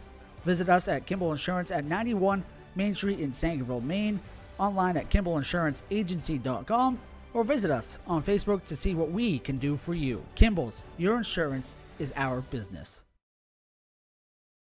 Brothers Meats is a family-owned and operated business located in Guilford, Maine. We operate a local retail meat market along with a slaughterhouse, smokehouse, and processing plants. Herring Brothers has all sorts of meats from already pre-cut all the way to cutting it right on the spot for you. Also, while you're there, don't forget to try their wicked good beef jerky that is made right in Guilford, Maine. Call them at 207-876-4395 or visit them at 346 Water Street Monday through Saturday from 8 a.m. to 4 p.m. To Rouse Garage in Dover Foxcroft to discover the difference between walking into a local dealership versus a big dealer that uses high-pressure tactics the second you drive onto the lot. From selling you a vehicle to servicing your vehicle, Rouse Garage will treat you like you are the only customer. While you're there, check out their state-of-the-art automatic car wash. Rouse Garage, call them at 207-564-3434 or visit them at 191 East Main Street in Dover Foxcroft, Maine.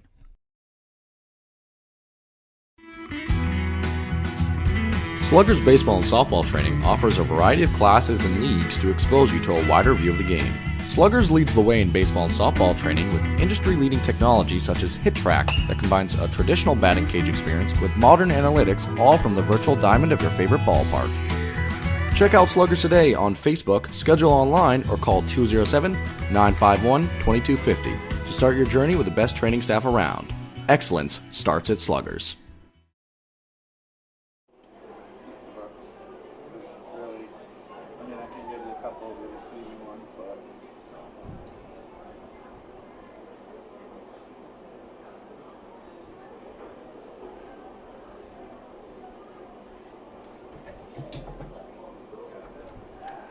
Welcome back, and thank you for rejoining us here on the Black Bear Crane Halftime Show. Again, my name's Zach White. I'm joined by Chris Lesnar. We've been doing the commentating for you. We got Mark Callan producing and doing the camera work here. Again, it's tough to see up here at times, and Mark's done a great job. He's juggling two cameras, producing this one, so I want to thank him for his hard work up here while we've been commentating the action. So in a moment, Chris is going to read over some stats, but again, I want to take the opportunity to thank all the sponsors that have helped make this broadcast free and available for everybody at home. When is it time to involve a surveyor? Are you uncertain of what exactly is yours? Building a new home or adding on? Involved in a new commercial development? Employing an engineer, architect, or landscape designer? Are you capturing aerial imagery, exploring real estate, or evaluating local terrain? These types of projects and others often present problems that only the proper use of land surveying or geomatic services can resolve. Centrally located in Dexter, Maine Mapping Company provides statewide offerings of land surveying, geomatics, and mapping services uniquely tailored to project demands. From conventional surveying to high-end remote 3D mapping, reach out to Maine Mapping today to discuss your project needs at 207-800-5807 or connect with us at www.mainemappingco.com today. Eli's Market, located at 54 Water Street in Guilford, offers full-service meat, produce, and deli departments. Eli's offers additional services such as propane, rug doctored rentals, ice, and more. More information is available on their website at elismarket.com. Black Bear Cranes, a family-owned and operated crane and rigging service provider located in Herman, covering the state of Maine with cranes from 27 to 240 tons. From roof trusses, HVAC units, steel and precast erection to modular home and communications equipment. Call 977-BEAR today. Looking to host your next special event? Well, look no further than Ballroom Catering. With locations in Parsonsfield and Porter, Maine, Ballroom Catering has everything you need to make your next event special. From weddings to birthday parties, Ballroom Catering has you covered. Call 207-256-0012 to make your next event your best event. That's 207-256-0012. Ideal Energy Solutions Indoor Baseball and Softball League is coming to the Jim Robinson Fieldhouse this fall. The goal is to offer free fall and winter leagues for kids from Dover Foxcroft, Dexter, Guilford, Milo, Corinth, and Greenville school districts. The actual league cost will depend on how much money they can raise, but they hope to make it free. If you have a local business and are looking for a unique advertising opportunity to help the local area, please contact Dan Hall at 717-378-3888. or visit idealenergysports.com. I think I read 7 numbers there. I don't know. I was going crazy with the numbers there, Chris. My apologies. And last but certainly not least, owned and operated in Milo, Maine McSorley Plumbing offers a variety of services to residential and commercial customers. New construction and remodels, open and closing of seasonal camps and cottages, pump services, and water treatments. McSorley Plumbing has always been a proud sponsor of youth high school sports. All right, so with that, Chris, let's turn it over to you and talk about some of the stats from that first half of action. On the Mount View side, Evanson really made a difference out there before he had to leave. Undisclosed matter. I don't know if it's an injury or cramping or what he's having out there, but he had an interception in that first half, 34 yards rushing. He also led the game off with an 80-yard kickoff return for a touchdown. So he really sparked them in the first half. Matthews also, when he was in there, did a good job, and he's also not returned to the game. He had 33 yards rushing and a touchdown in that first half. Really, the story's been Tyler Easterbrook's on the other side for Sacopee Valley. 13 rushes for 163 yards with a couple touchdowns. 7 of 11 passing. Also 93 yards and 2 touchdowns. So it's really been the Tyler Easterbrook show here in the first half for Sacopee Valley. It really has been. And Chris, what do you think might need to be the story of the second half if the Mustangs want to try to get back into this one? I mean, it's easy to forget, but they were leading 20-0 at one point there in that first half of action. Yeah, I mean, really the kickoff return thing really is coming on. They've got to have a solution for that here to start the third quarter. They will be actually kicking off, so maybe they try to surprise Sacopee with their own onside kick attempt, try to change the momentum of this game. But really, it's tough right now for Mount View. Some of their key players look to be out. I don't know if that's going to change in the third quarter, but we shall see.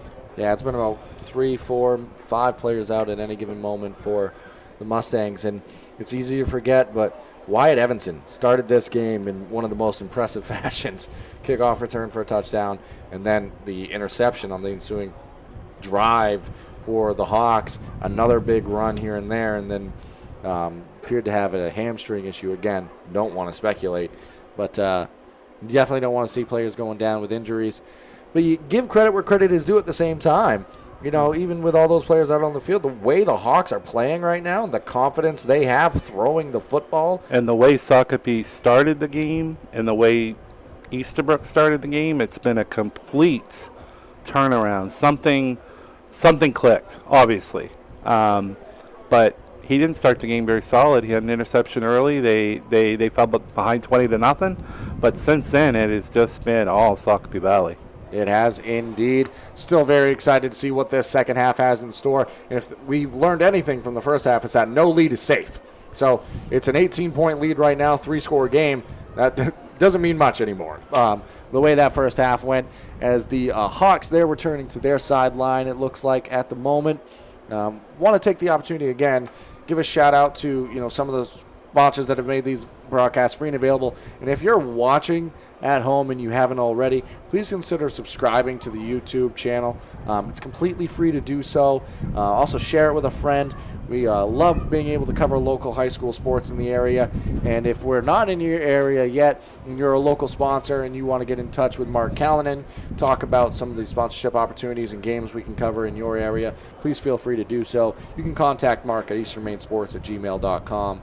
And it's just great to be back out here, seeing the athletes performing and having fun, and that's always the biggest thing. Another sponsor we want to give a shout out to is Ames Chiropractic. They are making the move from Bangor to Dexter, and that is happening September 11th. So Ames Chiropractic, proud sponsor of Maine High School Youth Athletics and a proud sponsor of Eastern Maine Sports Media. They will be moving from their current location to Dexter, and that is happening September 11th. So I think, Chris, at this time, we're going to take it to another commercial break and rejoin you and wrap up the Black Bear Crane halftime show. Go and stop by Kimball Insurance for all your insurance needs. Whether it be auto, home, farm, business, life, or health insurance, we have you covered. Our agents are ready to serve you and help you with your needs. Visit us at Kimball Insurance at 91 Main Street in Sangerville, Maine, online at KimballInsuranceAgency.com, or visit us on Facebook to see what we can do for you. Kimball's, your insurance is our business. Brothers Meats is a family-owned and operated business located in Guilford, Maine. We operate a local retail meat market along with a slaughterhouse, smokehouse, and processing plants. Herring Brothers has all sorts of meats from already pre-cut all the way to cutting it right on the spot for you. Also, while you're there, don't forget to try their wicked good beef jerky that is made right in Guilford, Maine. Call them at 207-876-4395 or visit them at 346 Water Street Monday through Saturday from 8 a.m. to 4 p.m. Busy with places to go, things to do, people to see. Let Maine Highlands Federal Credit Union make managing your money easy with mobile services, bill pay, Apple Pay, mobile deposit, and more. We're as close as your phone. Now serving all of Piscataquis, Penobscot, and Somerset counties. Maine Highlands Federal Credit Union. Personal service, shared value. MHFCU.com. And stop by Kimball Insurance for all your insurance needs. Whether it be auto, home, farm, business, life, or health insurance, we have you covered. Our agents are ready to serve you and help you with your needs. Visit us at Kimball Insurance at 91 Main Street in Sangerville, Maine, online at KimballInsuranceAgency.com, or visit us on Facebook to see what we can do for you. Kimball's, your insurance is our business.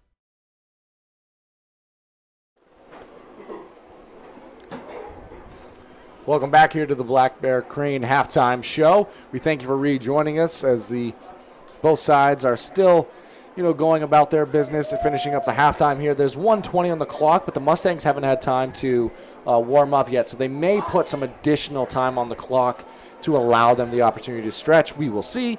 The officials are talking at midfield. The Hawks have been out for a little while now, so we'll see what happens on that end. Do want to take the opportunity to thank some of the sponsors that have helped make these broadcasts free and available for everyone at home. Black Bear Crane is a family-owned and operated crane and rigging service provider located in Herman, covering the state of Maine with cranes from 27 to 240 tons, from roof trusses, HVAC units, steel and precast erection to modular home and communications equipment.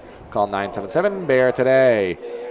Looking to host your next special event? Well, look no further than Ballroom Catering. With locations in Parsonsfield and Porter, Maine, Ballroom Catering is everything you need to make your next event special. From weddings to birthday parties, Ballroom Catering has you covered.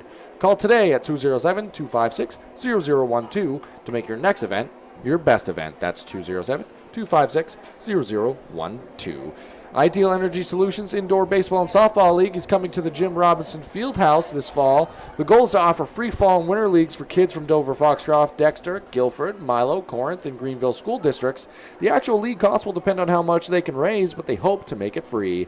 If you have a local business and are looking for a unique advertising opportunity to help the kids in the area, please contact Dan Hall at 717-3788 or visit idealenergysports.com. And last but certainly not least, owned and operated in Milo, Maine McSorley Plumbing offers a variety of services to residential and commercial customers. New construction and remodels, opening and closing of seasonal camps and cottages, pump services, and water treatments. McSorley Plumbing has always been a proud supporter of youth high school sports. A couple scores I wanted to mention high school-wise. Wells actually won 31-0 over Oak Hill this afternoon down at Oak Hill. Madomic was on top of Hamden 36-14 late, and Nokomis was leading MCI at last report 30-6 at the half. A local college scene, Hudson's leading their home season opener and home opener 21-7 over Norwich, and the University of Maine will step up and play some FBS competition later tonight at 6:30 when they go to Florida International. Yeah, so a lot of exciting things going on in the area. Thank you there for the update, Chris. As the Mustangs, they're going to come out with the kickoff to start the second half of action here. Kicking it away is going to be Jones. Be interested to see if they go with the onside kick here. I think they've seen their success on the other side. Maybe it got them thinking, maybe we could do this.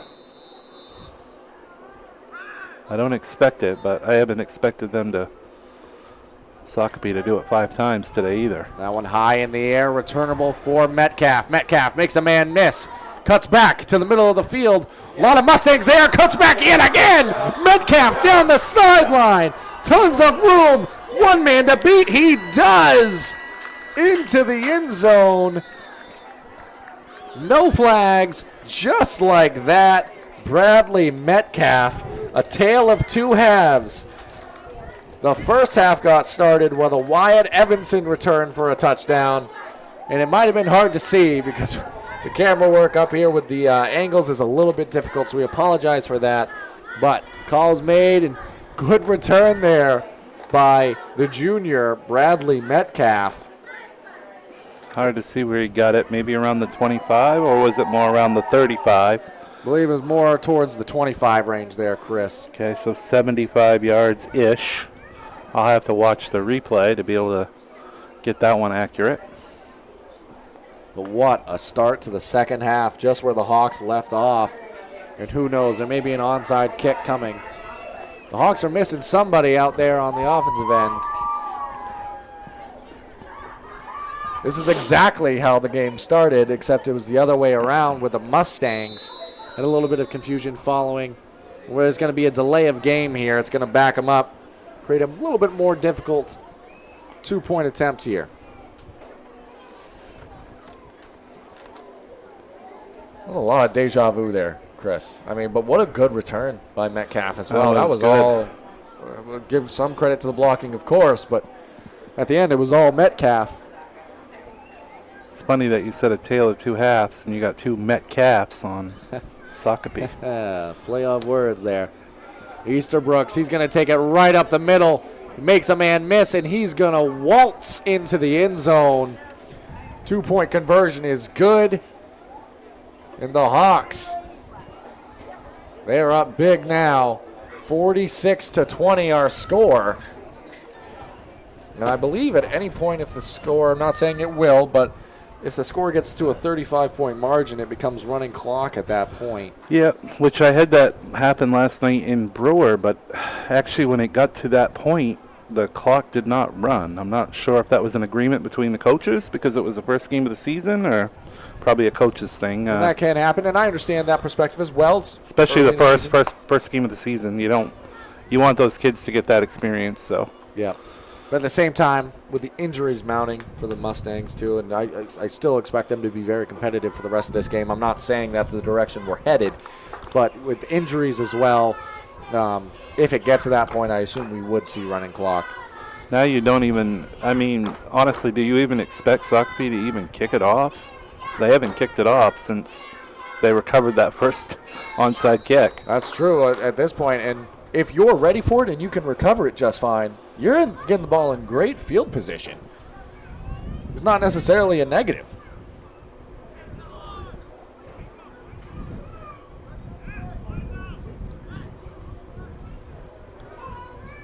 But the kick is away. More of a squib kick that time. It's actually going to travel out of bounds, and that's going to be a penalty. Going to put the ball in great field position here for the Mustangs. So that's best case scenario for them as they try to get their offense going. And to go back, Chris, as they're going to get the ball set to the correct location here, there's been moments that even with the injuries, this Mustangs offense has had some positive things go on. It's just been a little bit of a struggle on the defensive end recently. Yeah, most certainly. And again, some key guys on the sideline. I see Evanson with a noticeable limp over there holding a football on the sideline. That's not a good sign for the Mustangs. He doesn't have his helmet on, or doesn't look like he's going to play the rest of the day. Also on the sideline without a helmet, Chase Kenny, big impact player, and Anthony Matthews, another key impact player. A little bit of some confusion here. Wind's starting to pick up down on the field now. Just got a score that Mark handed to me here that Dexter's up 30-28 in the fourth quarter over Ellsworth in their home opener over in Dexter today. Tight one over there in Dexter. It was a false start, so that's going to back up the Mustangs 5 yards.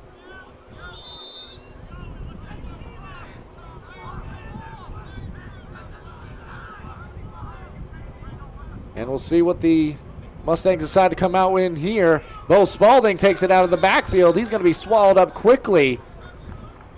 Just, it's one thing for the offensive success of the Hawks, but the energy is totally different as well than what the game started at, where the Mustangs rattled off those first 20 points of the game. Yeah, very much is. And credit to Sacopee Valley for really turning the tide of this game. Able to fly around defensively and really, truly make things happen.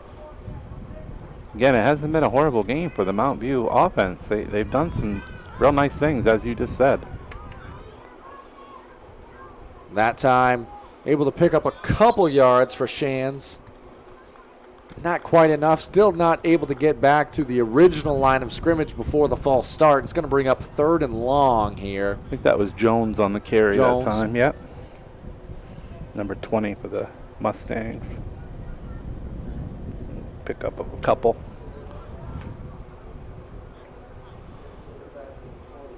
I think it's going to set up, what, 3rd and 13 here, Zach?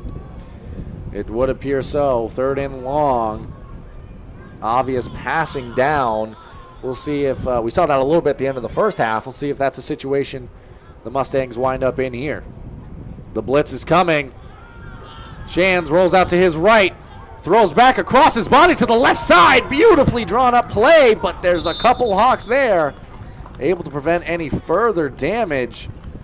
Good catch on that time by Vieira. And it was there, but great job by the Hawks, able to get to the ball. And that's going to bring up 4th down here. See if the Mustangs elect to punt, or they're just going to say, you know, at this point, let's just keep going for it. We've got a steep hill to climb. It's got to start at some point.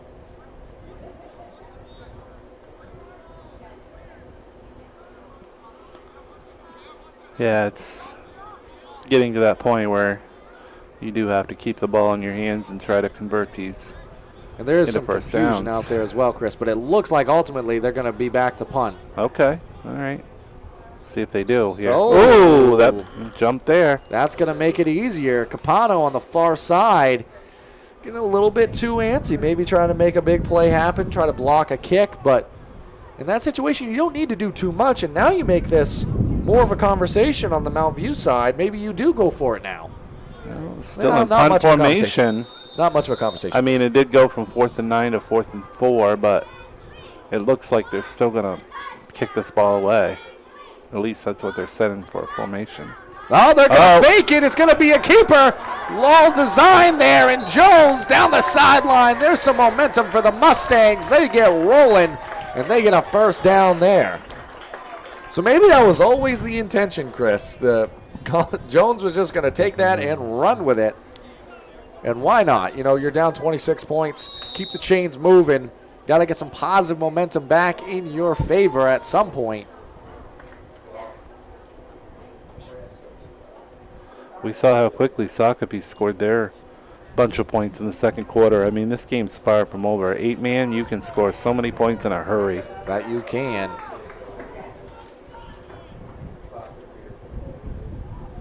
It's going to be Shands under center. Handoff now to Spalding. Full steam ahead, but great tackle by the Hawks there. A couple defenders able to get low. Looked like Boston initially got there. Was able to scoop the ankle and get the tackle.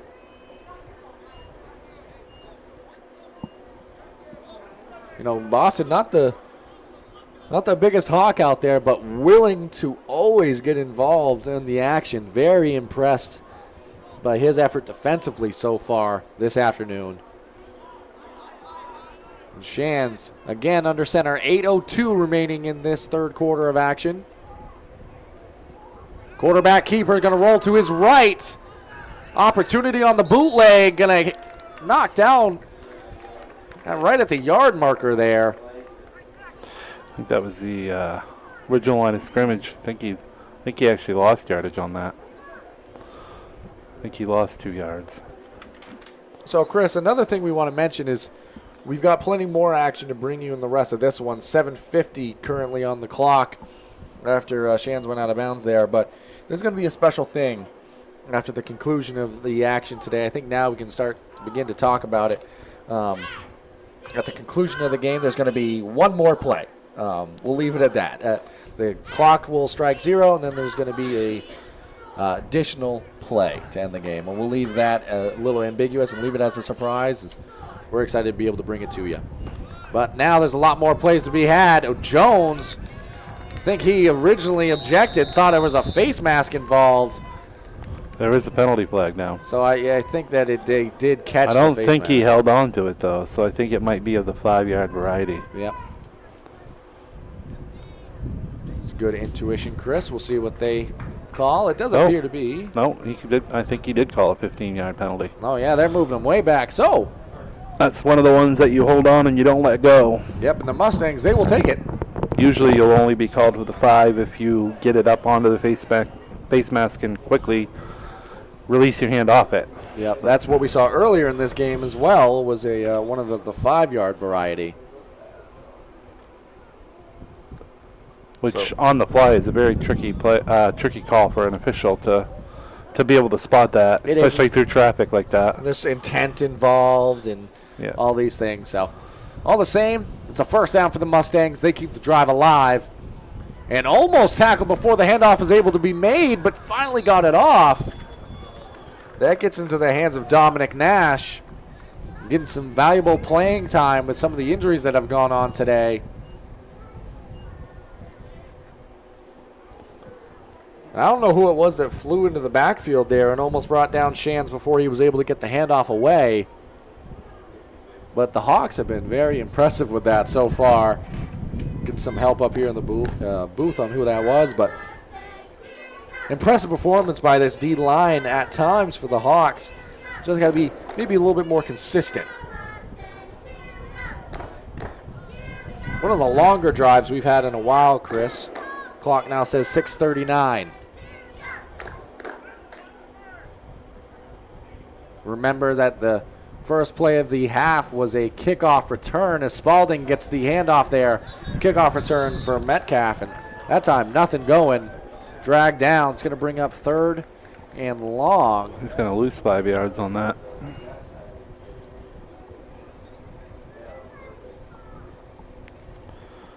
I believe that's what, going to set up. About 13, 3rd and 12? 13, yeah, 12 or 13 here. Very, another big conversion here for Mount View. I do think it's this point it's gonna be 4 down territory just based off the field position. And even when it wasn't, it was a fake punt and converted on 4th down. So safe to say that the Hawks will be expecting 4 downs from here on out. Handoff to Nash. Trying to make a man miss. There's a flag in the secondary, or flew in from the secondary, I should say. The past couple of ones have gone against the Hawks, so. This one was thrown in the area of holding, so we'll see. See if they elect to accept the penalty here. It is going to be a hold. Eyes like a hawk, Chris Lesnar able to spot that one. Well, I'm not a Sacopee grad, but eyes like a hawk. See what I did there? Yeah, good job. I happen to know one up here. He's been producing and doing the camera work. Good job, Mark Callan. It's not easy having to hold 2 cameras. That penalty was, I think, the word that I'm not looking for is, I don't want to say accepted. It was declined. There we go. So this is 4th down now. Yeah, the penalty was declined. It's going to bring up 4th down. Roll out to the left side. Opportunity here. Nothing doing. Going to scamper out of bounds. Shands had the right idea. Held on to the ball a little long there, but ultimately it's going to be a turnover on downs. Ball is going to go back to the Hawks. Up 26. After going down 20-0, they have rattled off 46 unanswered, Chris. Well, that's some quick math there too, Zach, and it's been very just a surprise at how quickly the game turned around. Yeah. A lot has to do with those injuries, though. Not making excuses for Mount View, but a lot has to do with those guys going down. Yeah, and we keep saying it, but we say it because it's true. It's been kind of the story of the game.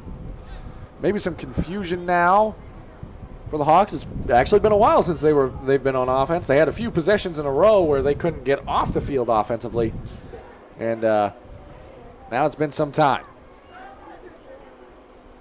Handoff inside to Tripp. Rattles off some yards. Fumble. Ball is loose. They're going to say he wasn't down, so I believe this is a live ball. It is. Mount View ball. It's going to go to the away from the Hawks to the Mustangs. So ball goes right back. And there's something positive for the Mustangs. A little bit of momentum. Get the ball right back after an okay offensive drive marred by some penalties. Able to get your offense right back out there. Try to get a score going. I believe that's only the second turnover of the game now. Both teams. Actually, that's 2 on Sacopee Valley, actually. Yeah, because Easterbrooks had the interception early on. 4:32 remaining here in the third quarter. We've only had the one score this quarter. Although the onside kick thing, you almost have to consider that a turnover. They don't consider it that, but it should be. Offensively speaking. Yeah, yeah. And now, nice pass over the top there, just a little high. Shands intended to get Jones there. You know what, that was a little high and a little bit of a miscue, but nice looking throw there. Yeah, by it was a the nicely freshman thrown ball, quarterback. yeah. Absolutely. That stops the clock at 4:14 here in this third quarter.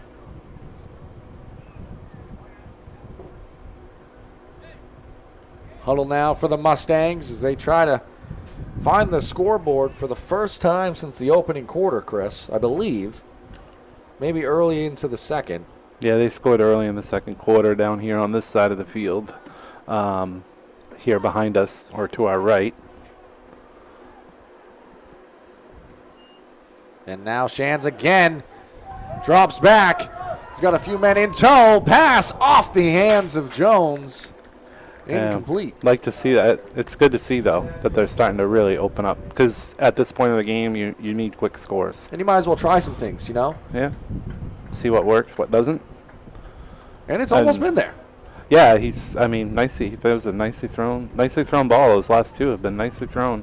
Just a little bit off target, but definitely can tell he can get the air out of the ball, though. Absolutely. Which is a good sign for a freshman. It is going to bring up 3rd and long, probably 4-down territory. So I wouldn't be shocked to see a run here, Chris. But with the way the momentum or the plays have been going, also wouldn't be surprised to see a pass.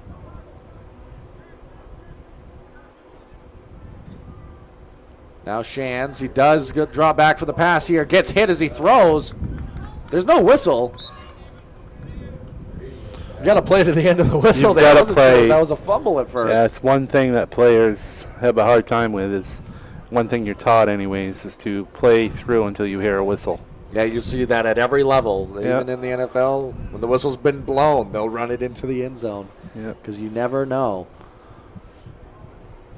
And that is going to bring up 4th down. Yep. Jones back deep, but I wouldn't expect a punt here. No, I wouldn't either. Especially given the field positioning. And you'll notice the Hawks, they're all up in anticipation. It is going to get kicked away. Good looking kick, but it's going to sail into the end zone, so it's really only a net punt of about 20 yards. And the ball is going to go back to the Hawks. 3:45 remaining. We're going to take it to Sluggers baseball and softball training offers a variety of classes and leagues to expose you to a wider view of the game. Sluggers leads the way in baseball and softball training with industry-leading technology such as HitTrax that combines a traditional batting cage experience with modern analytics, all from the virtual diamond of your favorite ballpark. Check out Sluggers today on Facebook, schedule online, or call 207-951-2250 to start your journey with the best training staff around. Excellence starts at Sluggers. Welcome back here. Joining us right as the action resumes is Easterbrooks the handoff on the far side. Last possession out for the Hawks. It ended up in a fumble on the very first play, and the Mustangs were able to recover on the handoff there. Went to Riley Taylor. Able to pick up about 4 yards, 3 or 4 yards. Bring up 2nd down here. So it was all through the air for a while. But maybe now Coach Johnson wants to establish that run game a little bit more. You've already proven you can do it through the air. You've got a comfortable lead at this point.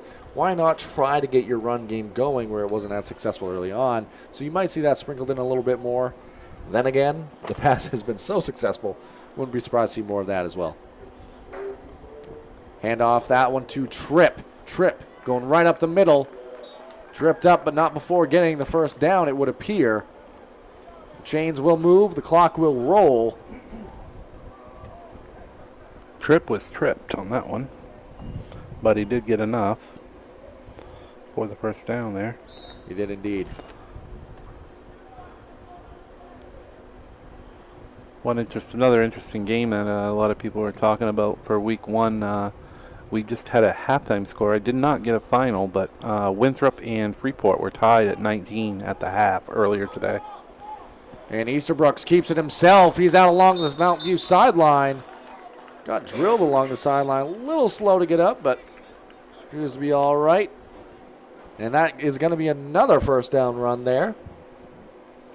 Adding to his total from the first half. I believe he's up to almost 180 yards rushing on his own. That's rushing. That's not including what he's done through the air. Yeah, he's got nearly 100 through the air as well. So, although the player of the game may very well be the kicker, which at the top of my head I can't recall exactly who it is. Yeah, they definitely did a nice job doing the onside kicks that definitely changed the momentum of this game. Easterbrooks. Broken play. Trying to figure it out. Ball gets batted down. Will just go as an incomplete pass. After all that excitement. 1:55 remaining in this third quarter of action now. Going to bring up 2nd and 10.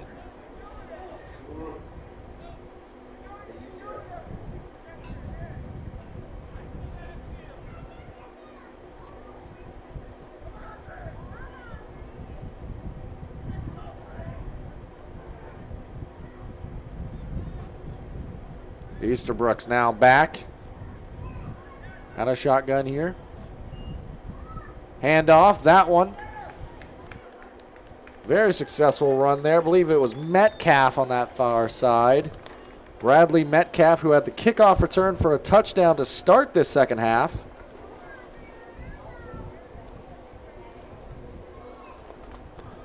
Picked up about 8 yards on that run. Should be about 3rd and about 2, 3 maybe. Very manageable. Out across the 50 now into Mustang territory. Handoff inside, but swallowed up immediately. Excellent job racing into the backfield. I'm going to try to get the jersey number there. As impressive play by the D lineman. Can't tell if that was Spalding maybe. All the same, whoever just raced into the backfield made that play. Great job. And it's going to bring up about 4th and 11. Could be a punting situation here. It's going to take us to near the end of the quarter as there's 40 seconds remaining here. And we're doing the best, too, on the statistical stuff. We're very spoiled with Toby Nelson at Foxcroft Academy, who gives us all the information on every play. Yes, it will be unofficial. But we will do the best we can. Chris does an excellent job there. That punt sails out of play. Out around near the 30, maybe a little bit north. The Mustangs will get the ball back. It's going to be way north of the 30, actually. Very, very north of the 30. It's going to be out past the 40-yard line for the Mustangs as they take control following the punt. At the conclusion of the quarter, we're going to take it to a quick commercial break and rejoin you for the 4th quarter of action. As, after a lot of points in that 2nd quarter, 3rd quarter, we only saw the opening kickoff go for a score here, barring something these last 16 seconds. Yeah, it's definitely slowed down. Just a random thought about week 1 of high school football. One of the scores I saw last night was a rebuilding youthful Bangor team knocking off a Class A Bangor, knocking off a Class B favorite, one of the Class B favorites in Lawrence. Week 1, a big win for the Bangor Rams last night to start their season.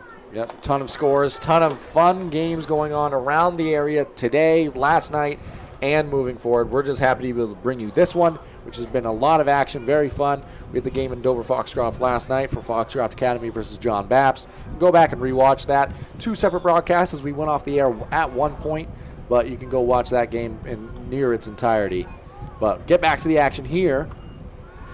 Shan's little screen pass out to Jones, complete. Fights and gets out of bounds. That's going to keep the clock stopped. 9.9 on the clock here in this third quarter. It's going to bring up second and about 4.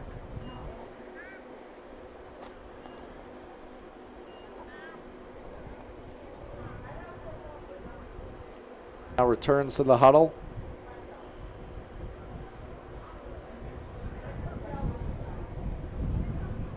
See what they draw up and what could be the final play of the third quarter, depending on if it's a run or a pass.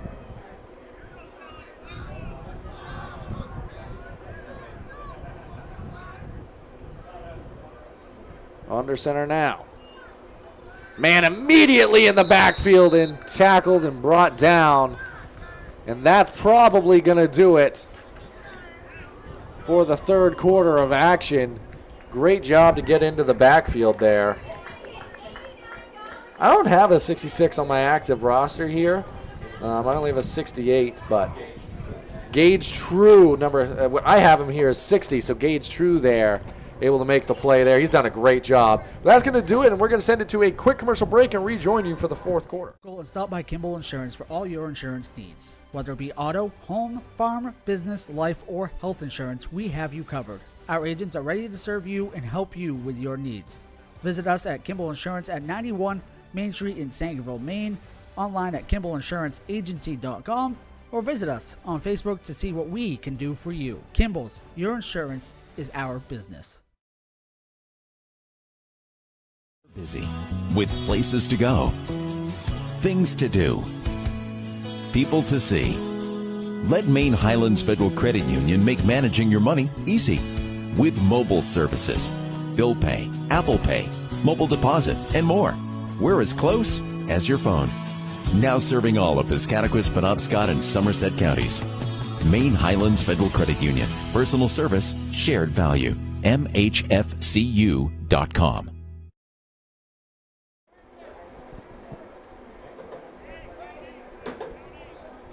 Welcome back here. Thank you for rejoining us for this fourth quarter action between the Mount View Mustangs and the Sacopee Valley Hawks, who have come in and rattled off 46 unanswered.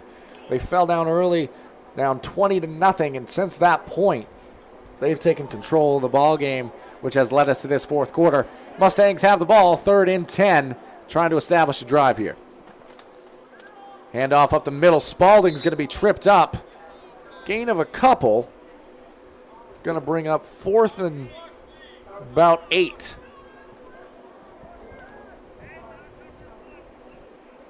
I expect the punting unit to come out here for the Mustangs as Jones is back to kick, but we have seen, Chris, a fake punt already. Wouldn't be shocked if you saw it again. But yeah, I mean, Sacopee's not putting anybody back.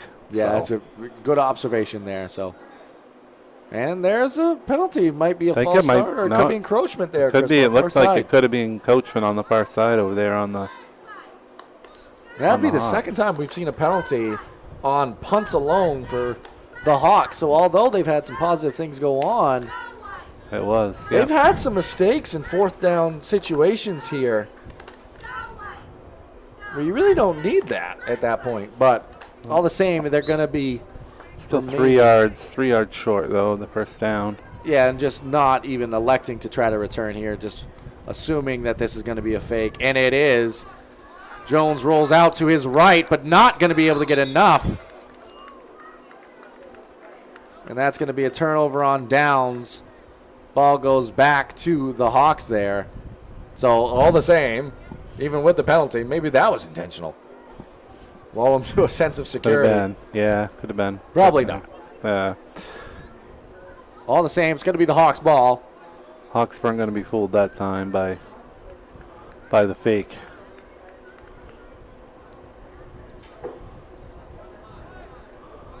So Hawks going to get it back.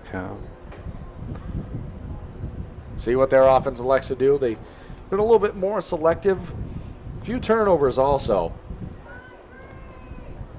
Been a little bit sloppy with the football this second half. See if they can clean that up. Try to establish the run a little bit more as they've started to do this second half, but clean up the turnovers, which has been a problem.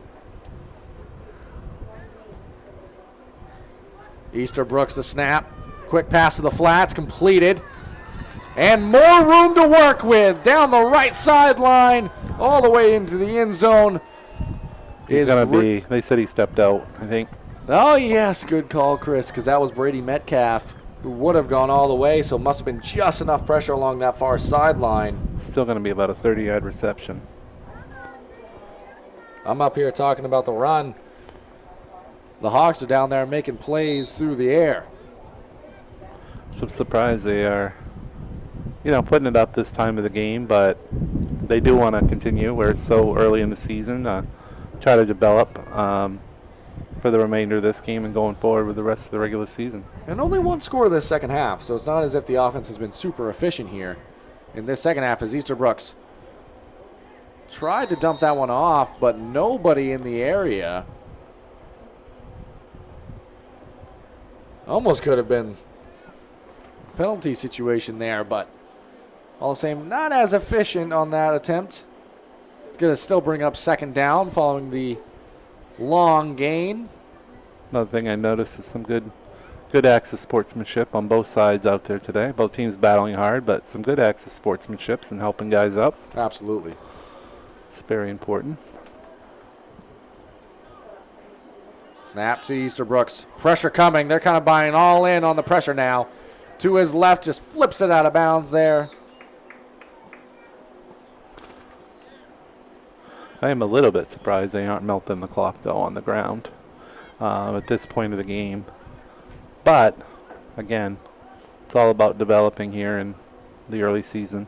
Yeah, and it's just especially important to get timing down and things of that nature. So in some sense, it does make sense. Be interested to see if they return to the ground now on third down. This is probably 4-down territory, deep in Mustang territory as it is. Because Sacopee does play in that, obviously, this, small 8-man division in the South, where, there's some powers in that division, including Old Orchard Beach, who's been extremely a powerhouse over the last few years. This is an 8-man South meeting here, although it may not seem it, as the tackle made in the backfield there. Well done by the Mustangs. They are also in 8-man South. Yep. Riley Bryant able to get into the backfield there, the junior. Nice tackle. Able to swallow up Metcalf. Fourth and long. You have to kind of go for it at this point, but it's just kind of an awkward situation where you're probably going to be more than likely in a passing situation here. 10:29 on the clock. Easterbrooks back out of shotgun.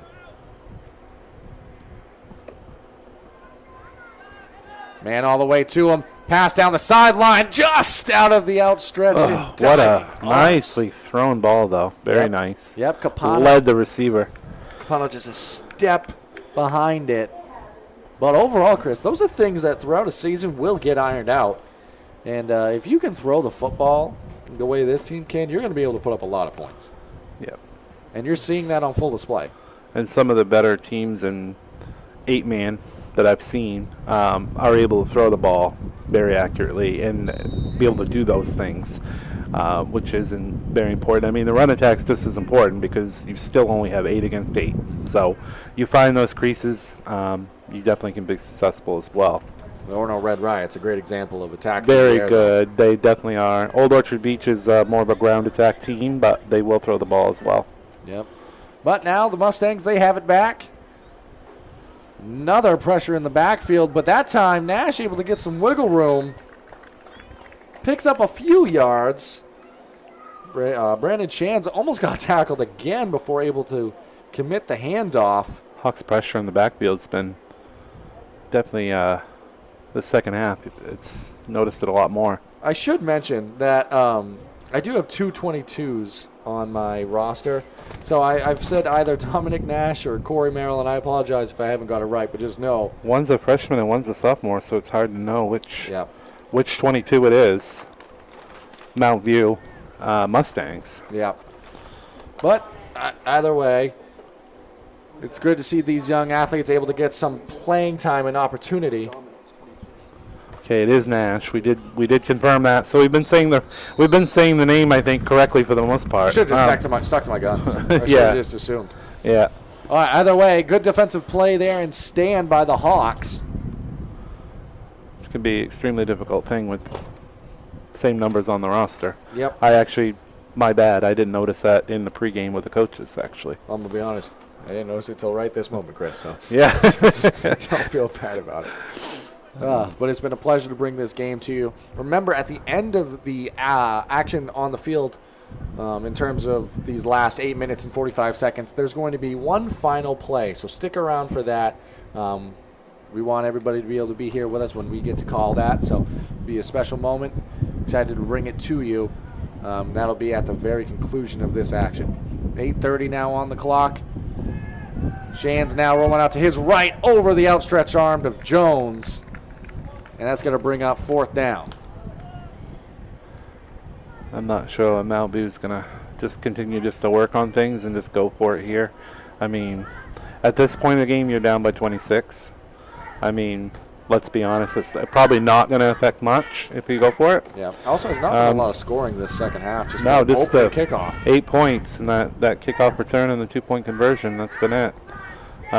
Jones is in kicking formation though, but we've seen this 3 times already. We have indeed. This time it does look like it's going to be booted away right out around near the 40. Yeah, See where they mark it here for the Hawks to get the ball back. Now near the 39, it appears.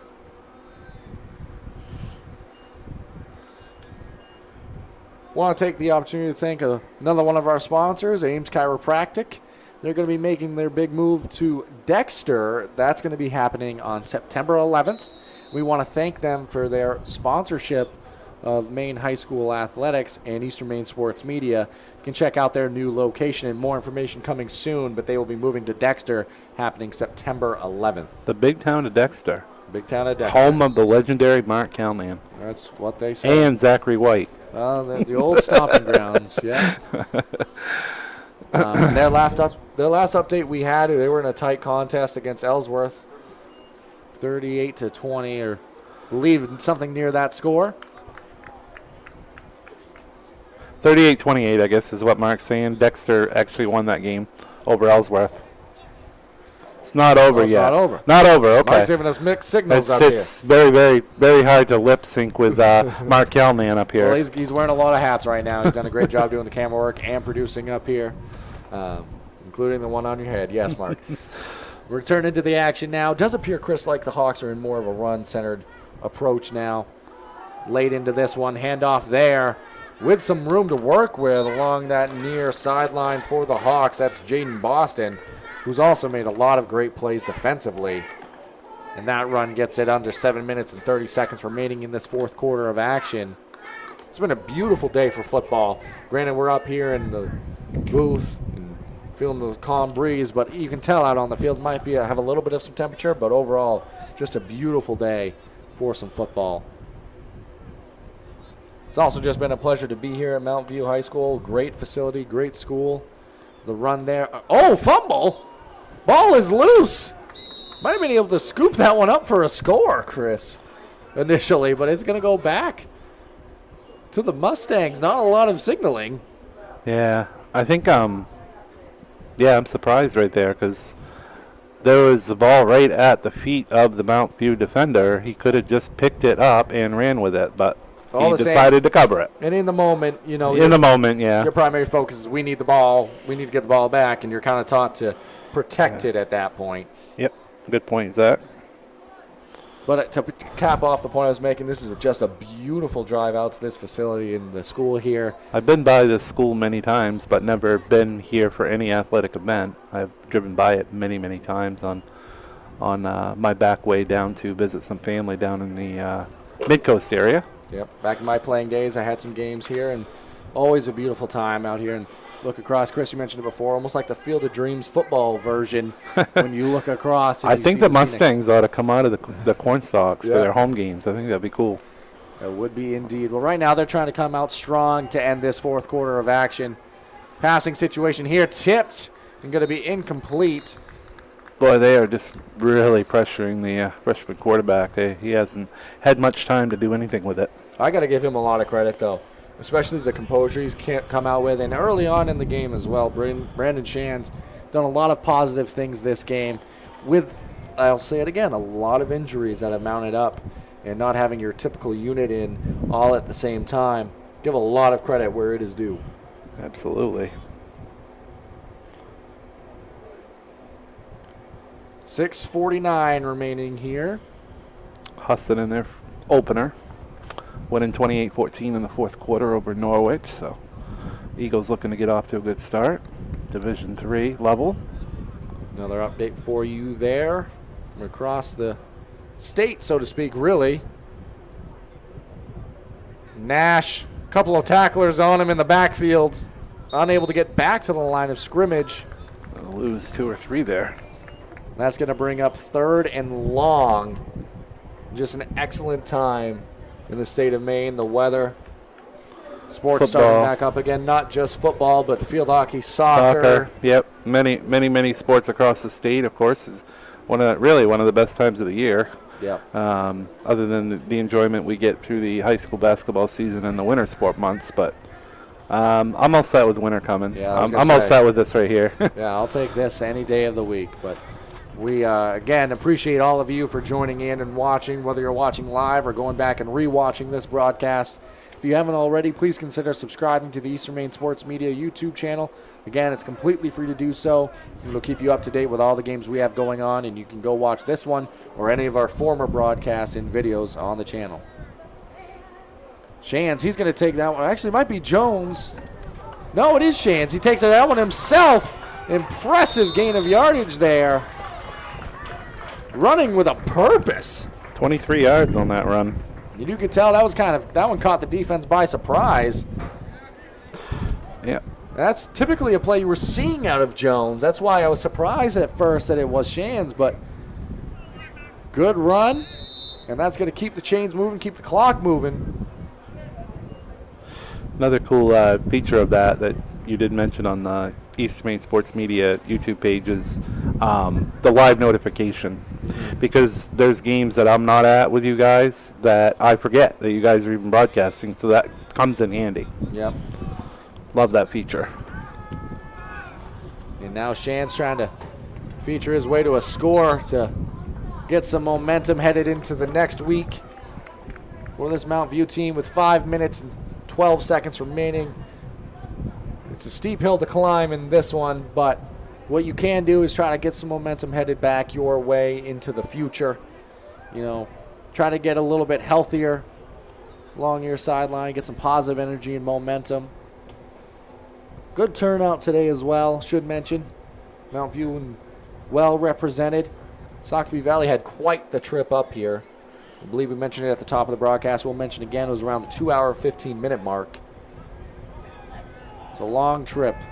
Shan's now passing the flats. That one actually off the hand of Coach Leary on the sideline. A little tall for Jones.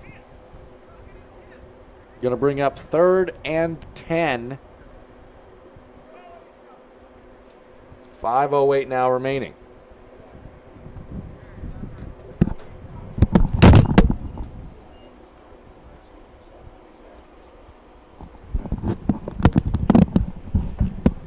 Huddle now for the Mustangs.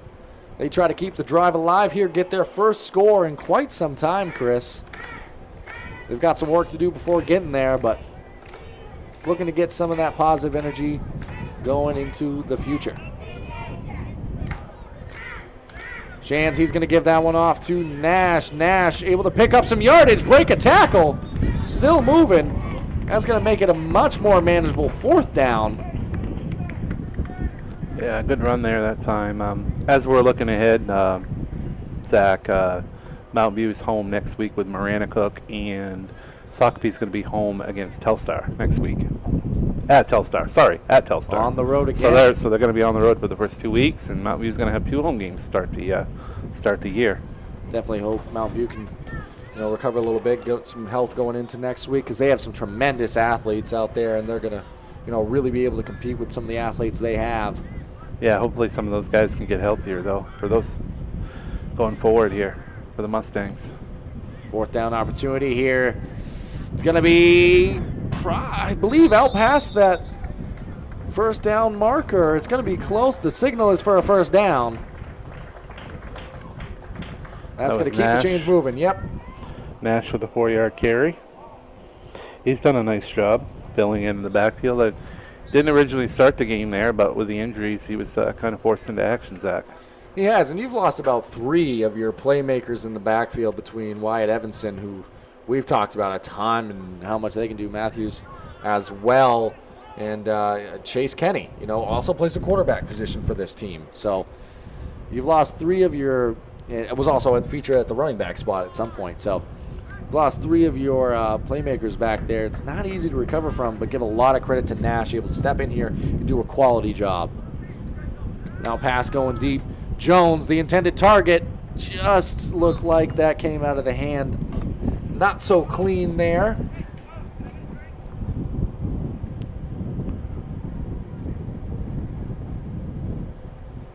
Had some chances, though, here in the second half because, Mount View's controlled the possession time in the second half. They've been the ones mostly with the ball. That they have, and that's going to bring up 2nd and 10 here. Clock stops with 3:35 remaining. You turn a few of these possessions into scoring plays, and you have a much different looking game. That's for sure. Absolutely. And you might have a different looking game on the other side with the play calling too. Absolutely. You definitely a different game if you're looking at a 12-point game opposed to a 26-point game. Under center now, another rollout, but another sack in the backfield there. Helping him back up, but good play there by Boston, able to file right into that backfield. And Jaden Boston, another sack. He's been close many, many times, and he's gotten there a few. That had to be almost a 10-yard loss. Close to it. Yeah, it's quite a ways back. It's going to bring up 3rd and long. He didn't have much of a chance on that. Boston was like, you ain't going nowhere. Yep. I'm here. Didn't have even a chance to move another way. I got to say again, been super impressed with the play of Jaden Boston on the defensive side of the ball especially. Yeah, he was he actually was one of the keys too that Coach Johnson talked about on the offensive end, though we haven't seen him really on the offensive end other than 1 carry. Haven't really seen him, but he's definitely impacted the game on the defensive end. Has indeed.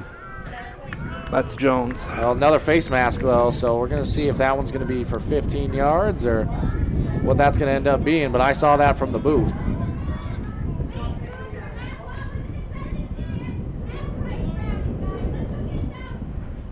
Half price of the concession stand, Half price Zach. You hear that? Yeah. Oh, we just lost Mark Calvin. He's headed down. Camera work may be spotty. All right, I'm just kidding. Mark's still with us. Did they call that Did they call that 15 yards? I don't think 15. so. I don't think 15 would even have given them the first down, right? It's an automatic, anyways, isn't it? On a face mask, personal foul, I believe, is automatic first down, anyways. But they must not have called it that way. Not in high school. It's Mark's telling me not in high school. Maybe it's not an automatic on a 15-yard penalty. I'm not sure. I know college or anything like that is automatic, but. Different rules, different levels. Well, it's going to bring up 3rd and more manageable. Still 3rd and long.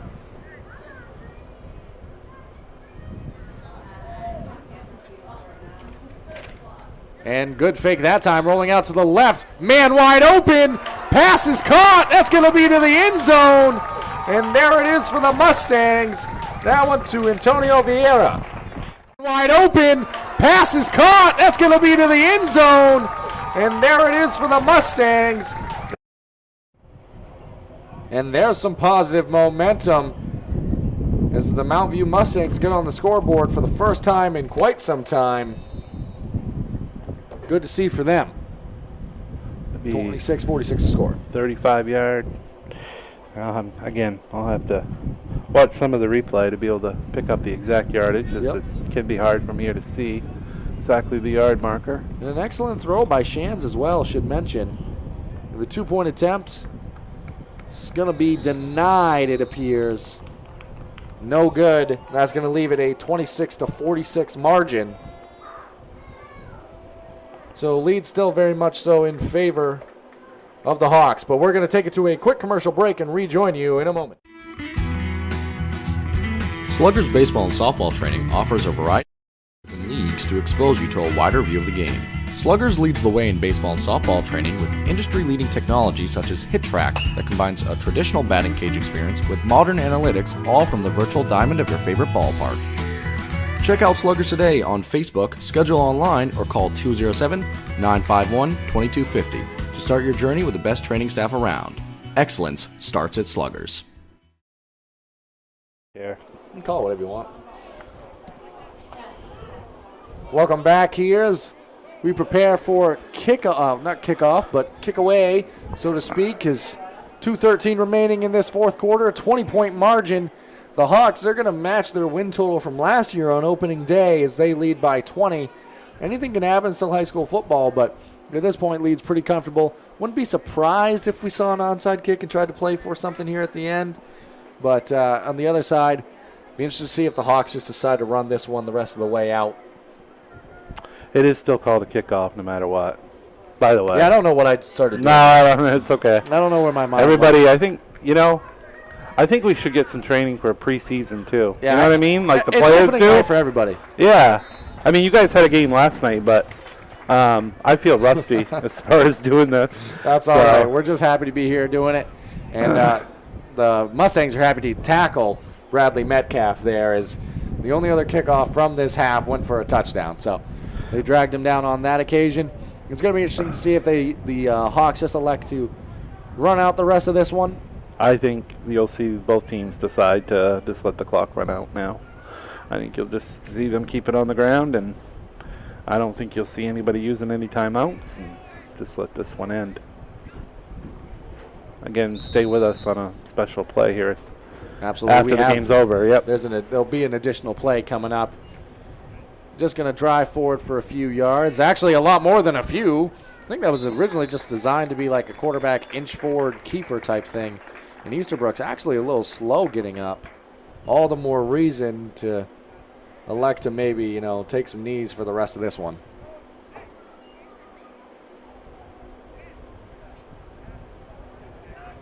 That is going to move the chains. The clock will keep rolling now. 1:40 remaining.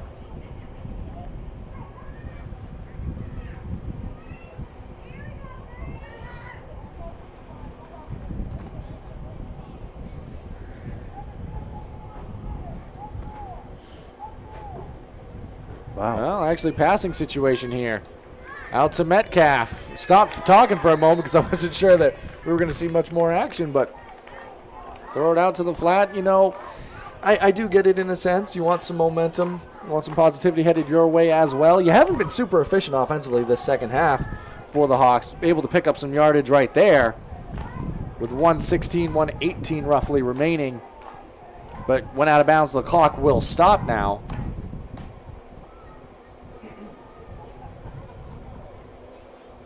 One thing, too, that Coach told us in the pregame was about their uniforms. Very sharp-looking uniforms, brand-new uniforms, and reverse jerseys. They have a different color jersey underneath the one they're wearing. For the Hawks. Yep, for the Hawks. And there's Tripp going right up the middle, dragged down eventually. That's going to be very close to a score here.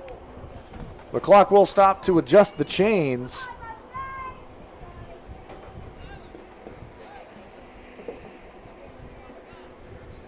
.106 remaining. So it's really going to boil down to, are the Hawks going to punch one more in?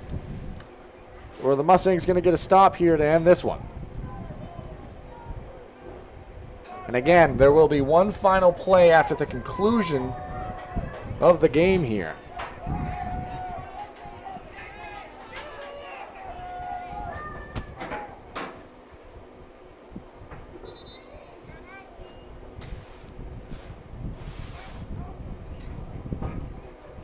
A little bit of confusion. There was not actually a timeout on the field. I stopped for a moment to confirm what was going on.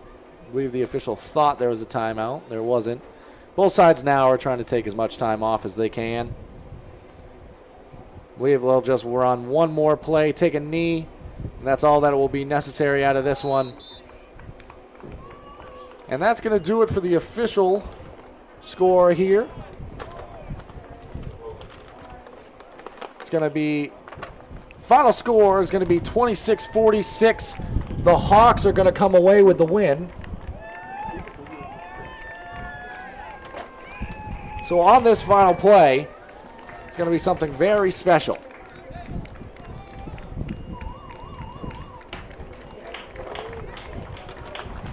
Want to give a moment to adjust, and that's why we're taking a moment here as we collect ourselves. But nice quality win for the Hawks, should be mentioned. But there is going to be one final play. Very special member of the Mustangs, Jeremy Moulton, going to have an opportunity to get into the game and make a play for his Mount View Mustangs.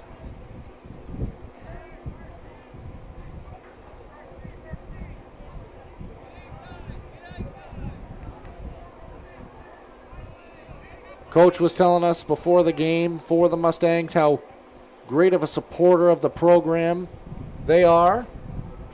Yeah, and they do this for this kid every game, I guess, is what Coach told us in the pregame. And you love to see it. Great supporter of the program. Deserves to be supported greatly.